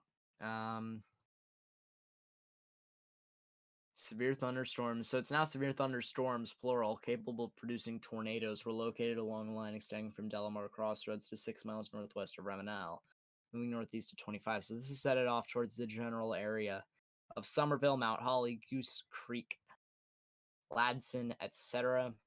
This is going to be impacting State Route 165 within the next, that's not right, within the next 5 or 10 minutes. And in theory, if it goes off on its continuous track, it should impact Goose Creek in about 50 minutes. Should impact State Route 61F and State Route 61 in about 25, 30 minutes or so. Then up here, State Route 642, then about 35 minutes or something like that. And then you go up along the line, Interstate 26, it's impacted in about 40 to 45 minutes. United States Route 78, and there goes the tornado warning. And then United States Route 78 in about 45 minutes. So if you're in that area, you guys need to continue to monitor this. It still definitely has some tornadic features. If you take a look at spectrum width, there's really not much at all. NROT is there. ZDR is there. It's really hard to say if there's anything right now because it's really not visible. I'll tell you what, though. Storm Relative does seem to suggest that there's something weak and spinning there, but, you know. Alright, I will be back in a few minutes. I'm actually going to see if I can go get a drink. I'm gonna go get a mojito. But just keep an eye on chat really quickly. The English, though, yeah, we don't speak of it. Since when was Laura turning right towards the north here? It's right where I am, yeah. Anything for Ohio? Potentially. Ohio is in a day 2 slight and a day 3 slight over the next few days. Besides the 2 slights, then I don't really know. It's hard to say. When your teacher doesn't even give you the Zoom ID. Oh, God. Mezzo discussion out from Minnesota. I'll take a look at that. Question, have you checked out the La Nina and El Nino condition chart? I will look later. You're doing a good job, Morgan. I appreciate it. And then Anish with the Bruz. Of course. Of course. Yeah, I saw this one. A strong thunderstorm will affect north central Hillsborough and south central Merrimack counties. See what this is about. Winds in excess of 40 miles per hour and half-inch hail are possible with these storms. Epic. Locations impacted include Manchester, Concord, Henniker, Housket, Hopkinton, New Boston, Loudon, Goffston, Weir, Deering, Bow, Allenstown, Dumbarton, Chichester, and Pembroke.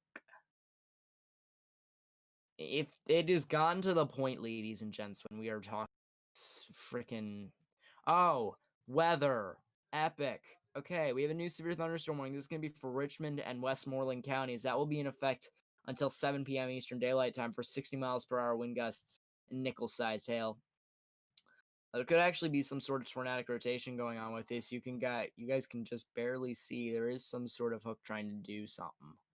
It is trying to wrap around a little bit. If it can surge around a little bit more, could get a little bit of a tornadic rotation going on in here. Definitely something to keep in mind. That's not what I wanted to do at all. Nor is that. So we take a look at velocities. You can see there is something in there. I see 14 on top of 41. Seeing if I can find anything else, and there does appear to be some hail there now. Spectrum width indicates some sort of lowering potentially. A little bit of turbulence to the ground maybe. And that is a severe thunderstorm warning. That will be for Androscoggin and Cumberland counties. That will be in effect until 7 p.m. Eastern Daylight Time. 60 miles per hour wind gusts. Quarter-sized hail. I'm going to listen to this. That scared me shitless. I'm not going to lie, chat. That is kind of mental. Oof.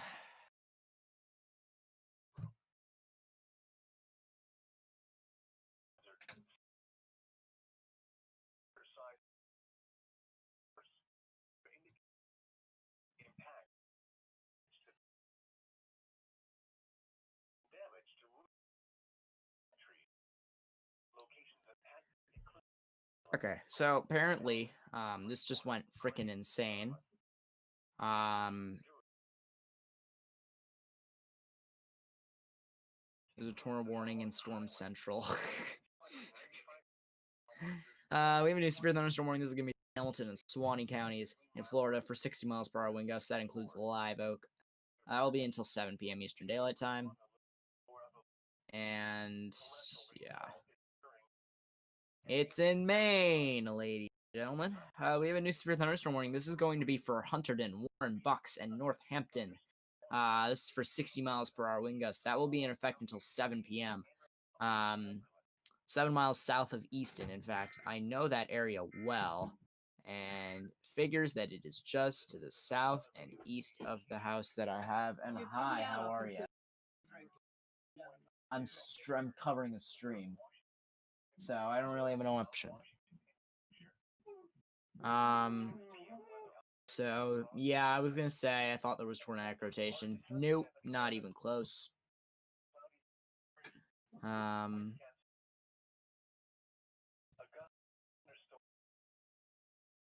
So in fact, we can turn this off for now. Not too much going on. If we take a look at storm relative, they're actually there's something weak. There's something very weak. There's something very weak. Spectrum width suggests poop. Crap lords.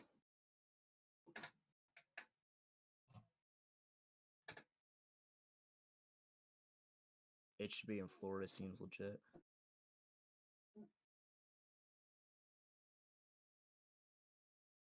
Check Southeast Ohio from what's...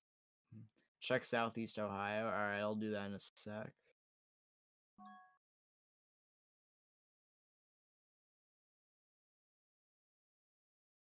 Showing his neck of the woods, yeah. Yeah. I'm up here near Patterson. Let's check Southeastern Ohio. We'll use Pittsburgh's radar because Ohio coverage sucks. SUCCS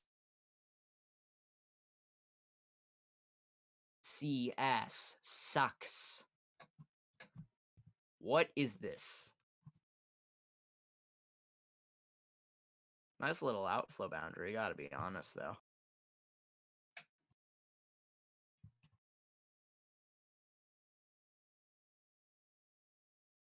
basically just trailing this thing. A little more development.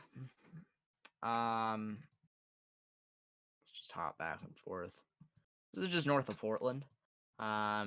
Like I had mentioned, there does seem to be some sort of isolated development just really all across the board here, going up through into Canada and around. That is a very big circle. So it does seem like there are some blowy winds. I'm gonna start saying blowy winds because I'm dumb.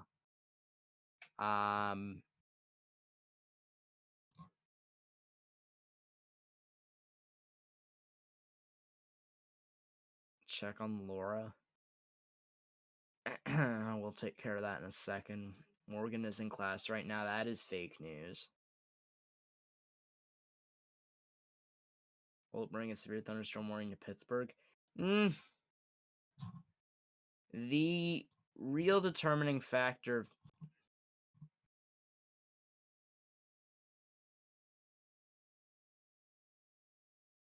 Spotsylvania again.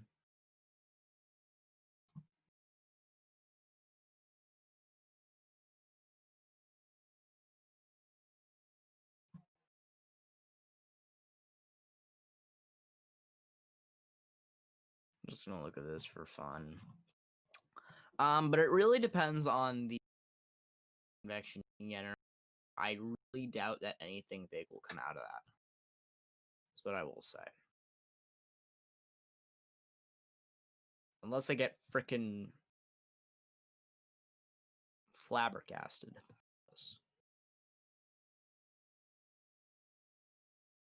Asheville. Fun times.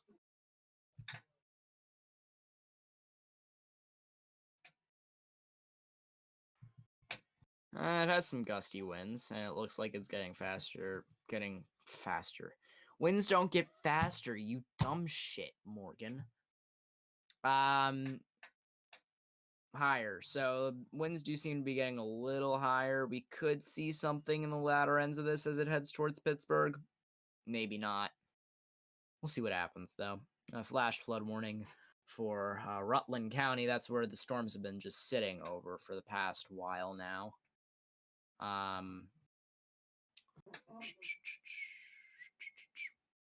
just returned from school like 20 minutes ago. Good job, Joseph.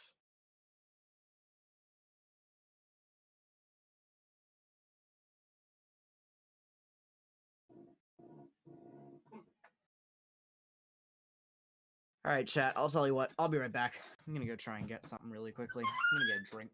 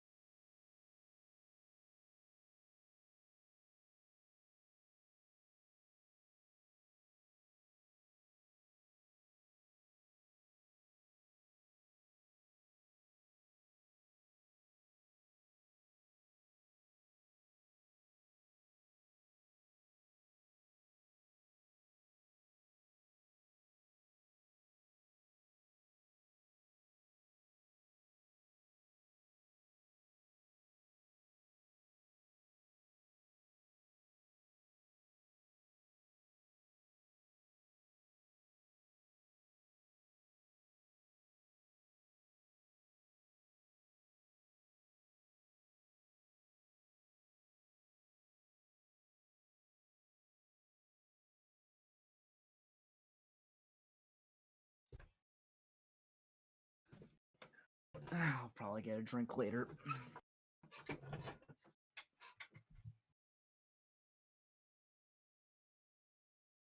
Blowy. Definitely having the ability to blow. Alright. I see chat on screen. Hi, me, now. Not delete the server, he just archived it. Same difference at this point, honestly. Why even... I'm just gonna say this. Why even bother to make a server, have it go 1 month, and then delete it. What is the point? What is the actual point of that? The waste of your time? It's a waste of others' time to an extent.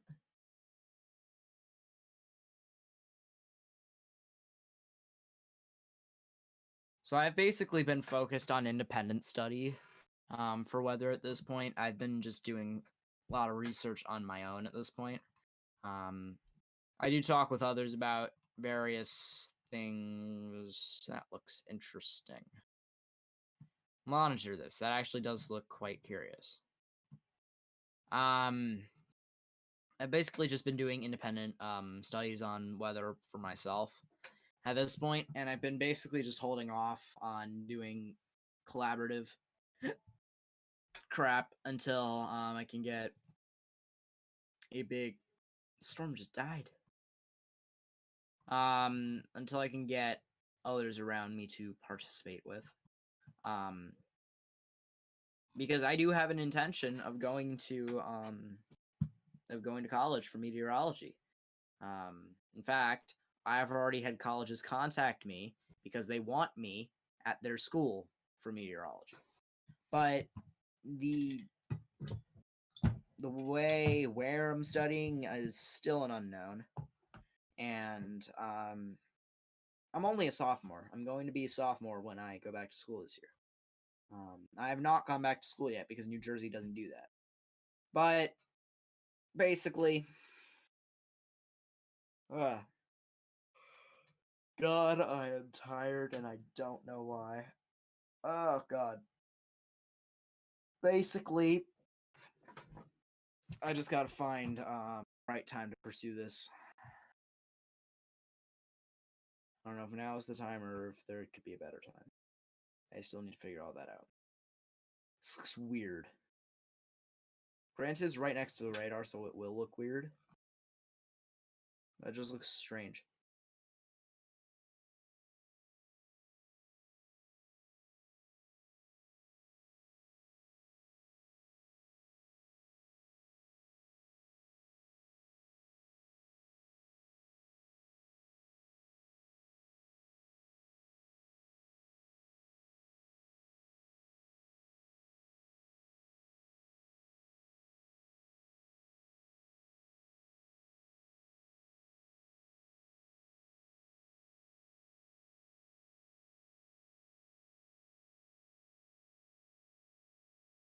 Hammer that like button like a storm surge. Pfft. That works, I guess. Yeah, morning convection's gonna screw any kind of thing if tomorrow happens.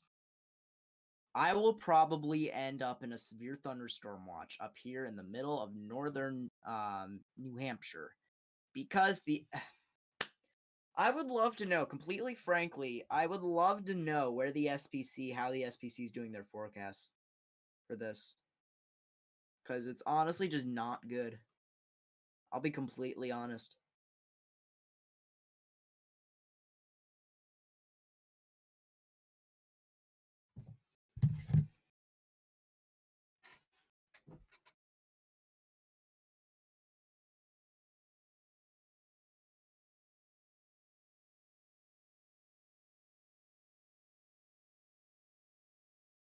Ugh. Okay, now everybody is bothering me till the end of time. Do do do do do.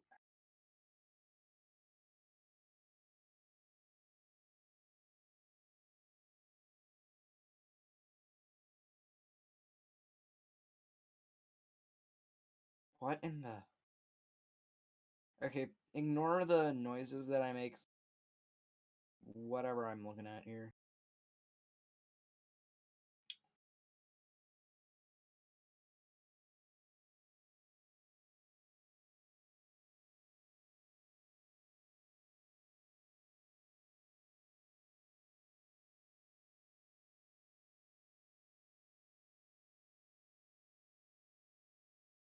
Okay. Looks like there actually could be something going on. Yep. Okay. Yeah, uh-huh. Uh-huh.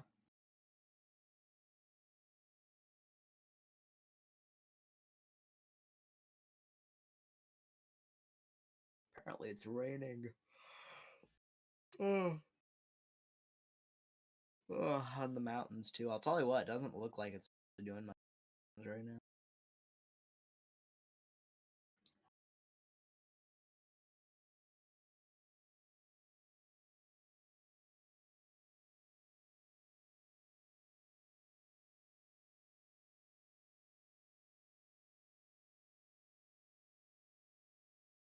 I personally think the enhanced is in the wrong place. I personally think there should not be an enhanced in the first place.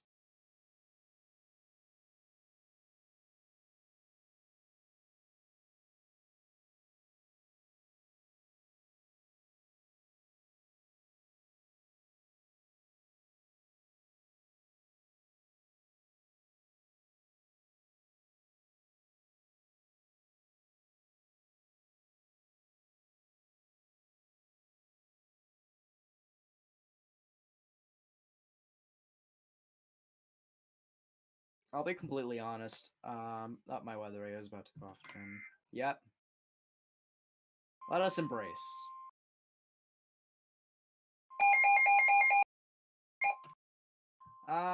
Merrimack and Rockingham news severe thunderstorm warning, 60 miles per hour wind gusts and quarter size hail. That will be in effect until 7:15 p.m. Eastern Daylight Time. So that's another severe warning for Manchester today.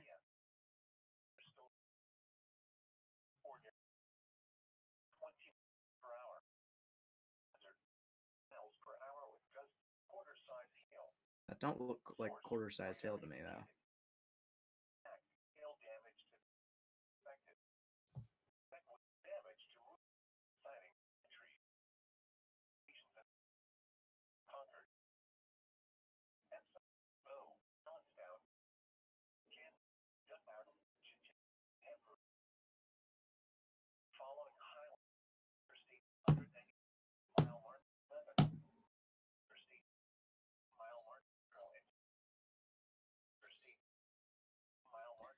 Alright.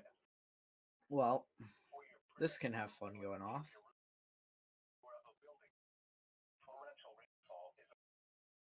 Yes, this is torrential rainfall.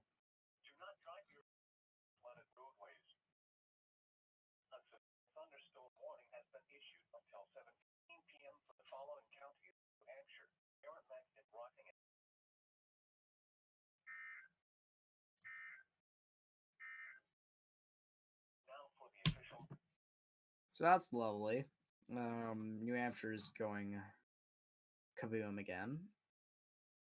Cumberland's still doing its thing. Virginia's still doing its thing in 2 different places.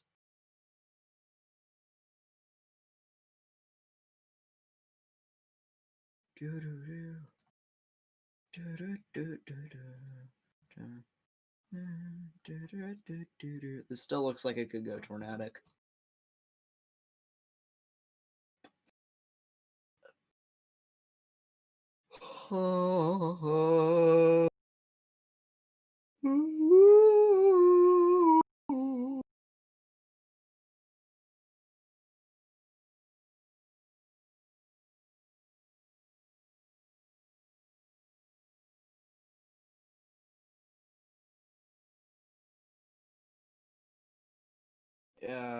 Blah, blah, blah, blah. Okay.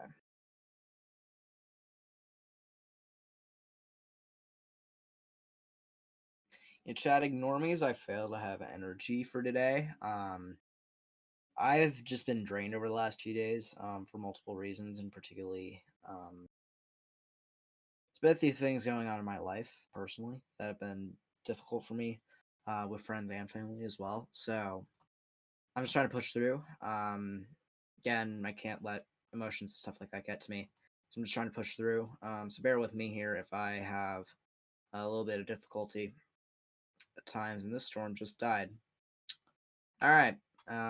So Pittsburgh will not be getting anything for the most part. Might get a shower, but that's it. Yeah, just I'll have to bear with me as I try and just keep it together here. Probably just for 60 miles per hour wind gust now. Yeah, it is just for 60 miles per hour wind gusts. It was always for 60 miles per hour wind gusts. What am I on about? And there goes the warning. It's just canceled. Ugh.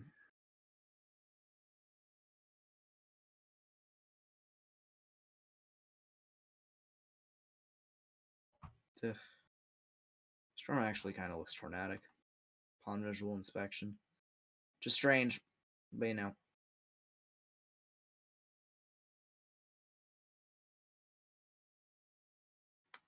Speak up, please. It's hard to hear you. Let me check my gain. It's not so low. There.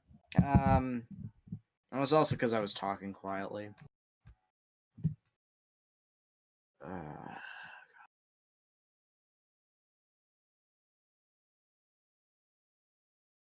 I'm on with an English degree, and sometimes we have 10 to 12 page papers, even 14. Yeah. Not going there. Not happening today. Not about that life. No.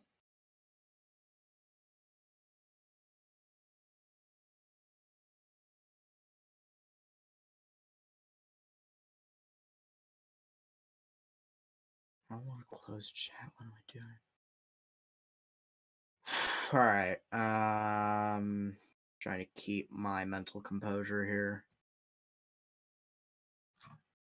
And if we take a look, can't tell if that's legit or not.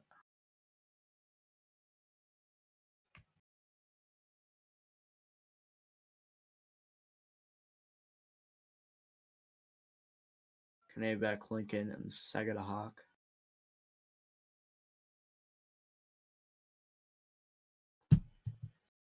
More storms. Frickin' Burlington. Screw that. Ugh.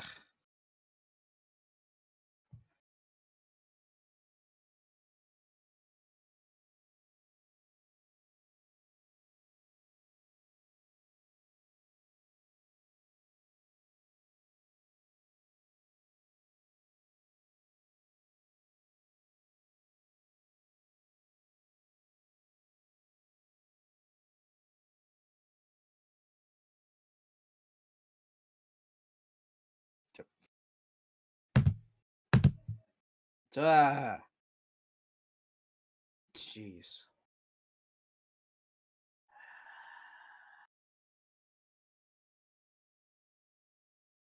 It's the same thing that I was going through last week. Like,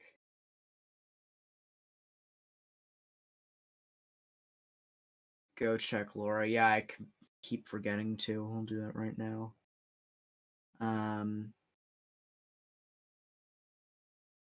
In fact, I'll come over here and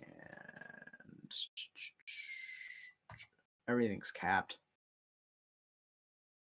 So Laura actually has moved south, and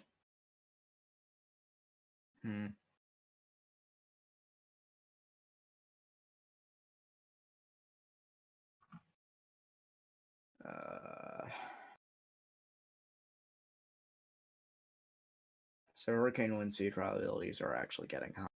It's not good. Particularly as we get towards the end of the week, flirting with a major here, and I'm what I was talking about with Nate here, but the probability of it just having onky amounts of time in here to just strengthen is high. So the likelihood of us being able to... What is this? Why is there just a dot here? The likelihood of us being able to gauge this thing... Ow. The likelihood of us being able to gauge this thing as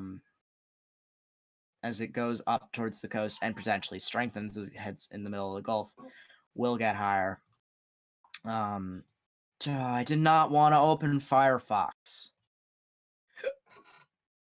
So, as we can see here, it's forecast to become a Category 2 before it slams into the coast.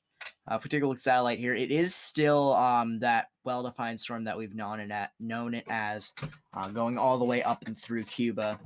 And again, the likelihood of this weakening over land it's just not happening. Not having that. If we take a look at NHC's IR, you can see it is actually looking pretty good on the southern and western ends of it. A lot of convection blowing up to the south of Cuba. And you can just see it looks really, really nice. Let's take a look at shear really quickly. And as you can see, it actually seems to likely end up going into a spot where shear is not that bad.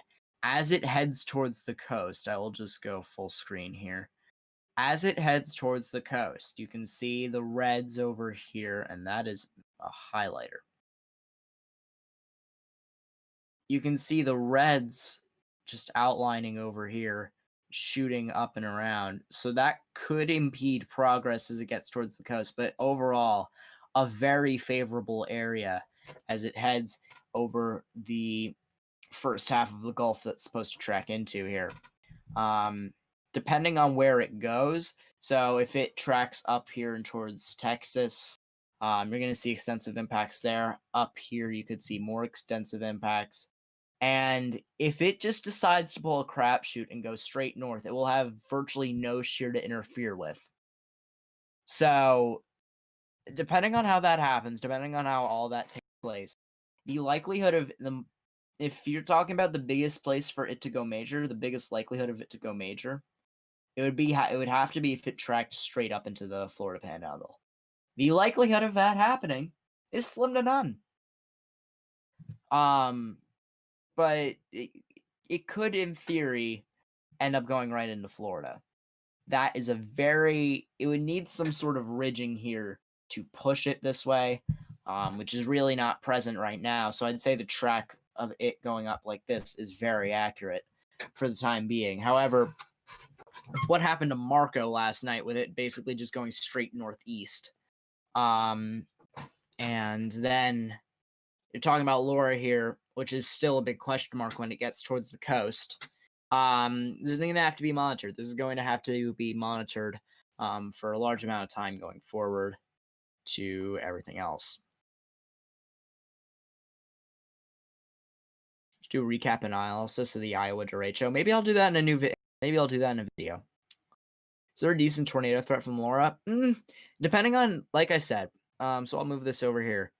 Depending on this shear, as it gets towards land, you could actually have a sizable tornado threat because the shear it'll actually be favorable on land. However, the issue with that is that when actual supercells that move on land from Laura are going to be disorganized due to that shear.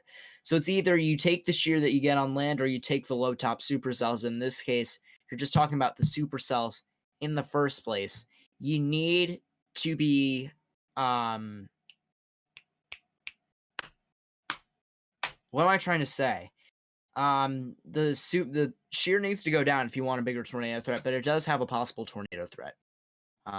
Could it pull a Rita? Not likely, but I'm throwing that option out there. That's why I'm expecting Laura to be a max cat 2. I was gonna say, if anything, it would be a high category 2 max, just because of the shear and etc. If it did cough Dorian, cat 3 low, cat 4, that's still questionable. But you can see the lower level is fairly omnidirectional here as it heads towards the coast. So it's something to keep in mind. It's something to just keep an eye on, and potentially we can see other things happening over the next several days. So the ensembles actually have it drifting a little bit further east.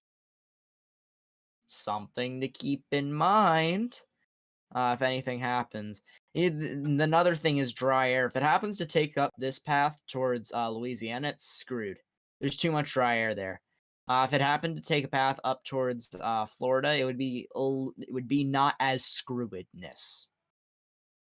The likelihood of it just going up this way, obviously, is what the NHC has it for right now.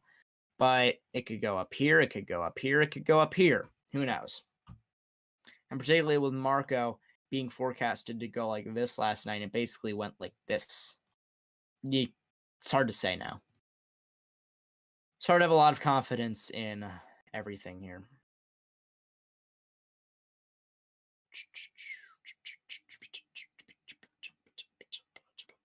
That's funny. So it has it just going it has it just going up and then going fwee. That's hilarious.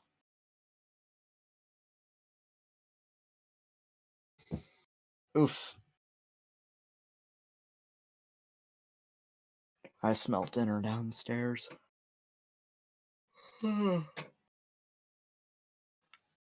So I do apologize to chat. My strong suit is not tropical by any means. So I'm trying to do my best here. It's not that good from just my inspection. Nate is 100% better than me at that. He's better than me at most things too. But my strong suit is severe weather, and I have a feeling it will always be severe weather. I can do anything, but my strong suit, I have a feeling, will always be severe weather because it's one of the first things that I've ever looked into. It's like the main thing that I've ever looked into. Okay, Florida's just going wild. No, not Minnesota wild. Like, Florida is going insane. Not wild. Shut up. Scarfall. And now there's a phone going off in the background, too. Very epic. Lily.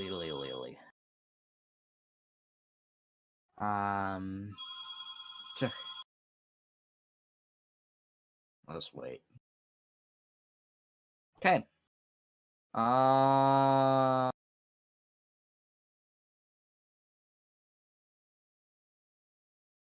If you're done typing chat, I'll probably just stick around. I don't know when I'm eating. They said towards 7 o'clock probably. When are you done with your thing, with your class, Nate?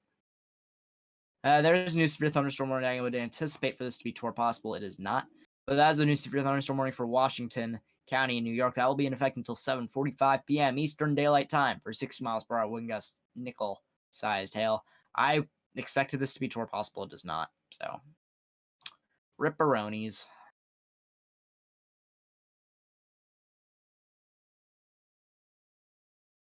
Oh, God. Ugh.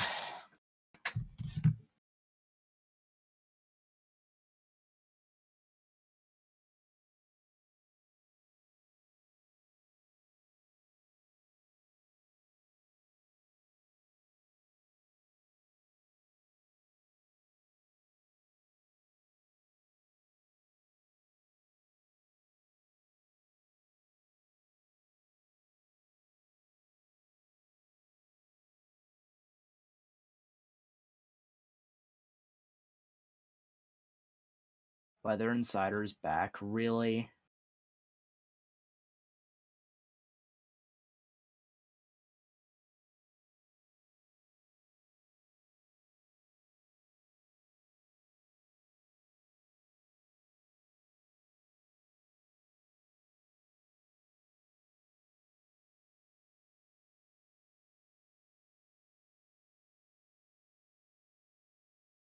Ugh. Well, this is a thing again. I don't have my roll again. I'll talk to him about that.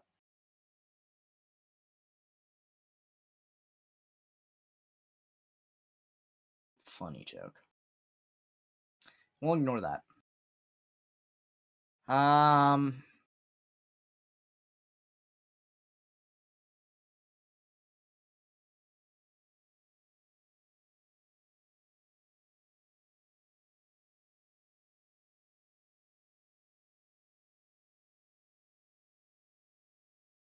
This actually does look decent at this point.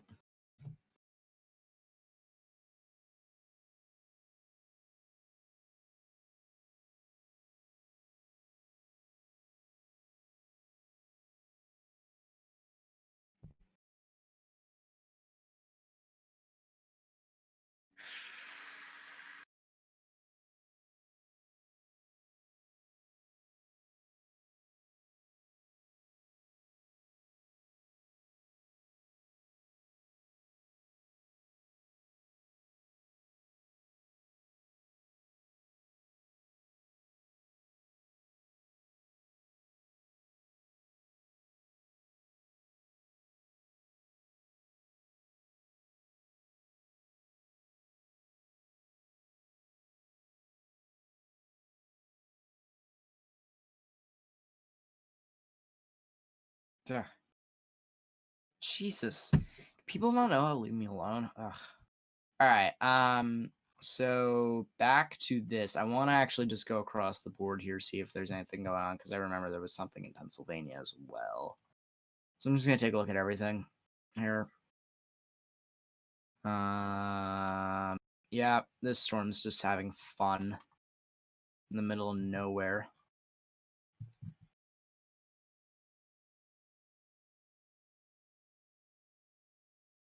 I actually want to storm relative to this because I haven't yet. Yep, that's a thing. That is definitely a thing. Definitely something to monitor. Spectrum width indicates some sort of turbulence going to the ground in the form of 24 knots, which is interesting indeed. NROT is present. CC we can't use because there's hail. Remember that. And CDR indicates an updraft. So, okay. So there could actually be something going on there. As my phone just like...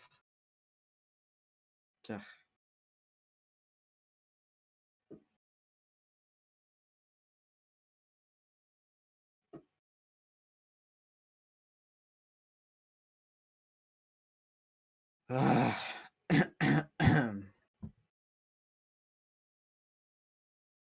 I may be sick too. I am all sorts screwed.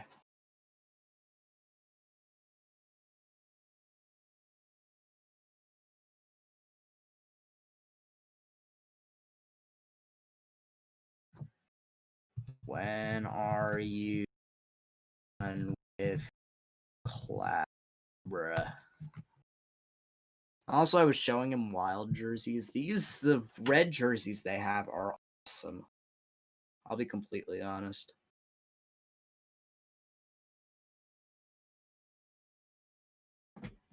Ow. Ugh. Flash flood for North Carolina. I'll take a look at that. It's regular flash flood, 1 to 2 inches in an hour. Sounds about right. God, how long is this warning till? 7 p.m. Jesus, I didn't realize that this was until frickin' Kingdom Come.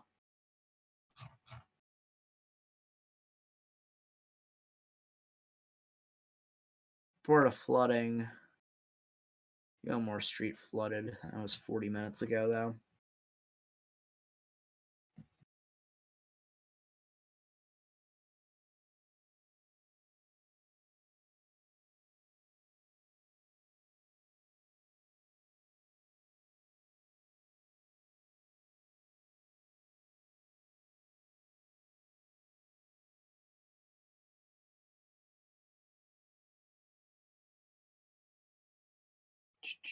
What am I looking at?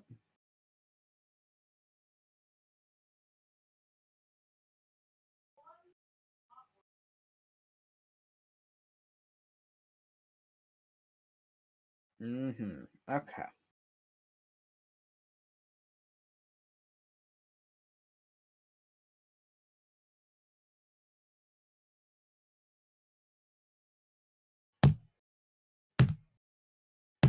I'm going to break my phone. I swear to God, I should stop slamming it.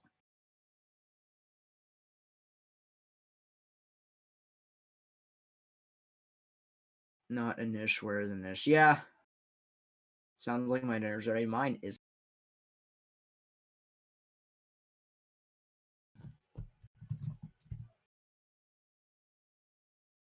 I'll freaking look at that later.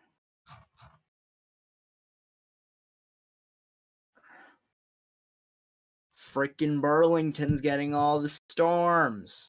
I got a rain shower. A singular rain shower. Ugh.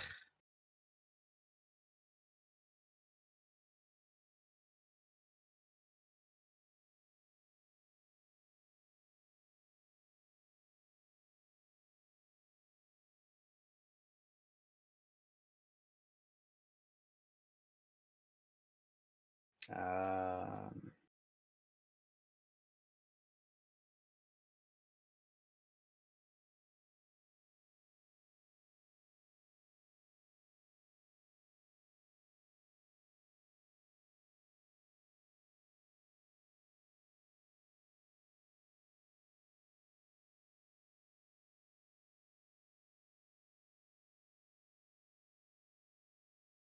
Okay, now I need to frickin' search this up.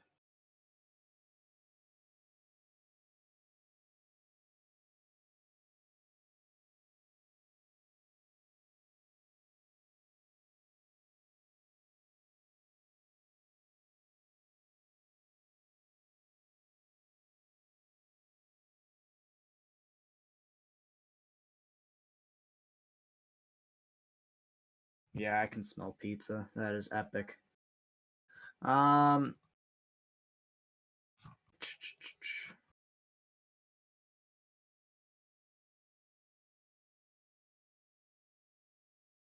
Crap.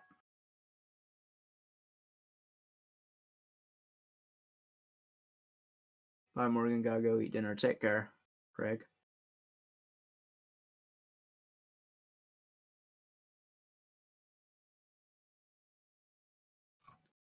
Yeah, Clout's copying Nightbot. That's very cool. So is Blake. Alright, we're all copying Nightbot now. Fun old time. This could be tornado warned soon. Even more fun.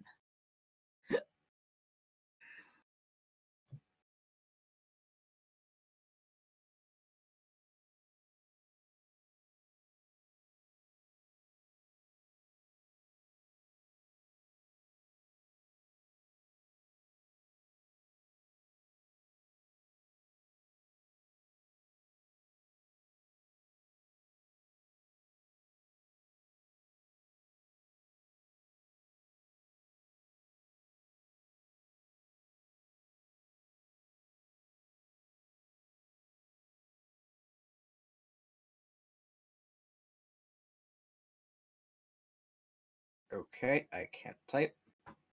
Okay. Okay. So this hail is going up in Vermont. This hail is going in New York. This is tornadic. Let's just take a look at Florida really quickly.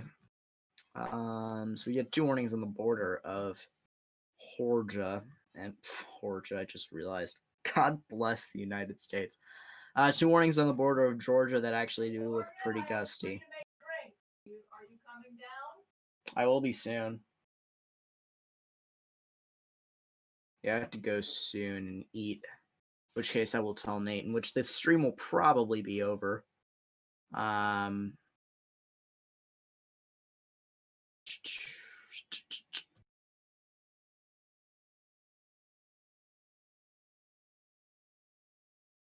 A strong thunderstorm will affect north central York and west central Cumberland counties. Copyright strike. What? Copy strike storms ramping up? What?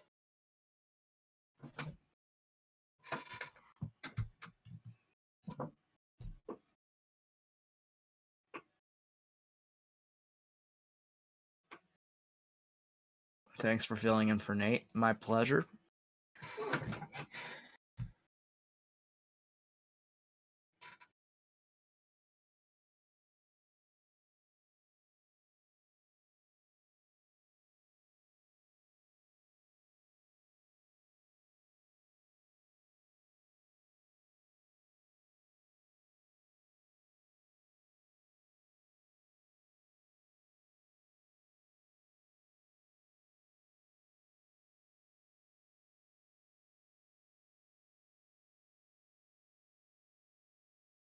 Do. Okay. Oh, ow. Okay. So I will probably leave at the top of the hour, as it is approaching 7 p.m. Don't leave. Central Ohio's lighting up. Just stay AFK. Don't leave the stream. If you do, I will be forced to eat.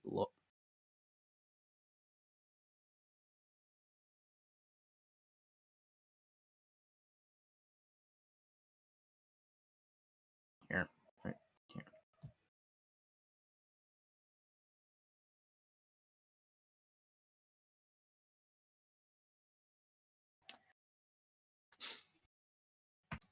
This is why we don't have nice things, ladies and gentlemen. Okay. New severe thunderstorm warning for Georgia. So this is going to be for Madison, Lowndes, and Brooks for 60 miles per hour wind gusts. That will be in effect until 7:30 p.m. After that, after I've left.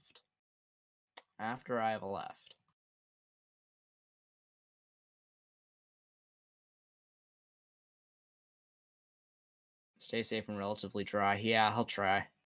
That sounded wrong. Yeah, that did not work in your favor there, my friend. I'll just eat just Dante's W. PF is banana.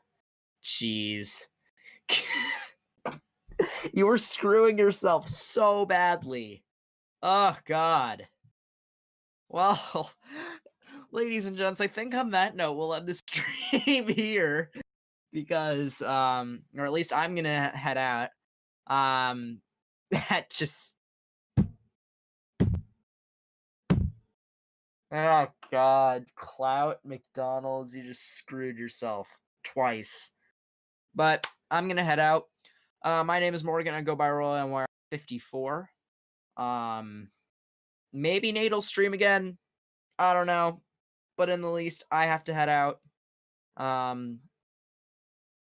We will probably stream tomorrow because there is an enhanced, although there shouldn't be an enhanced.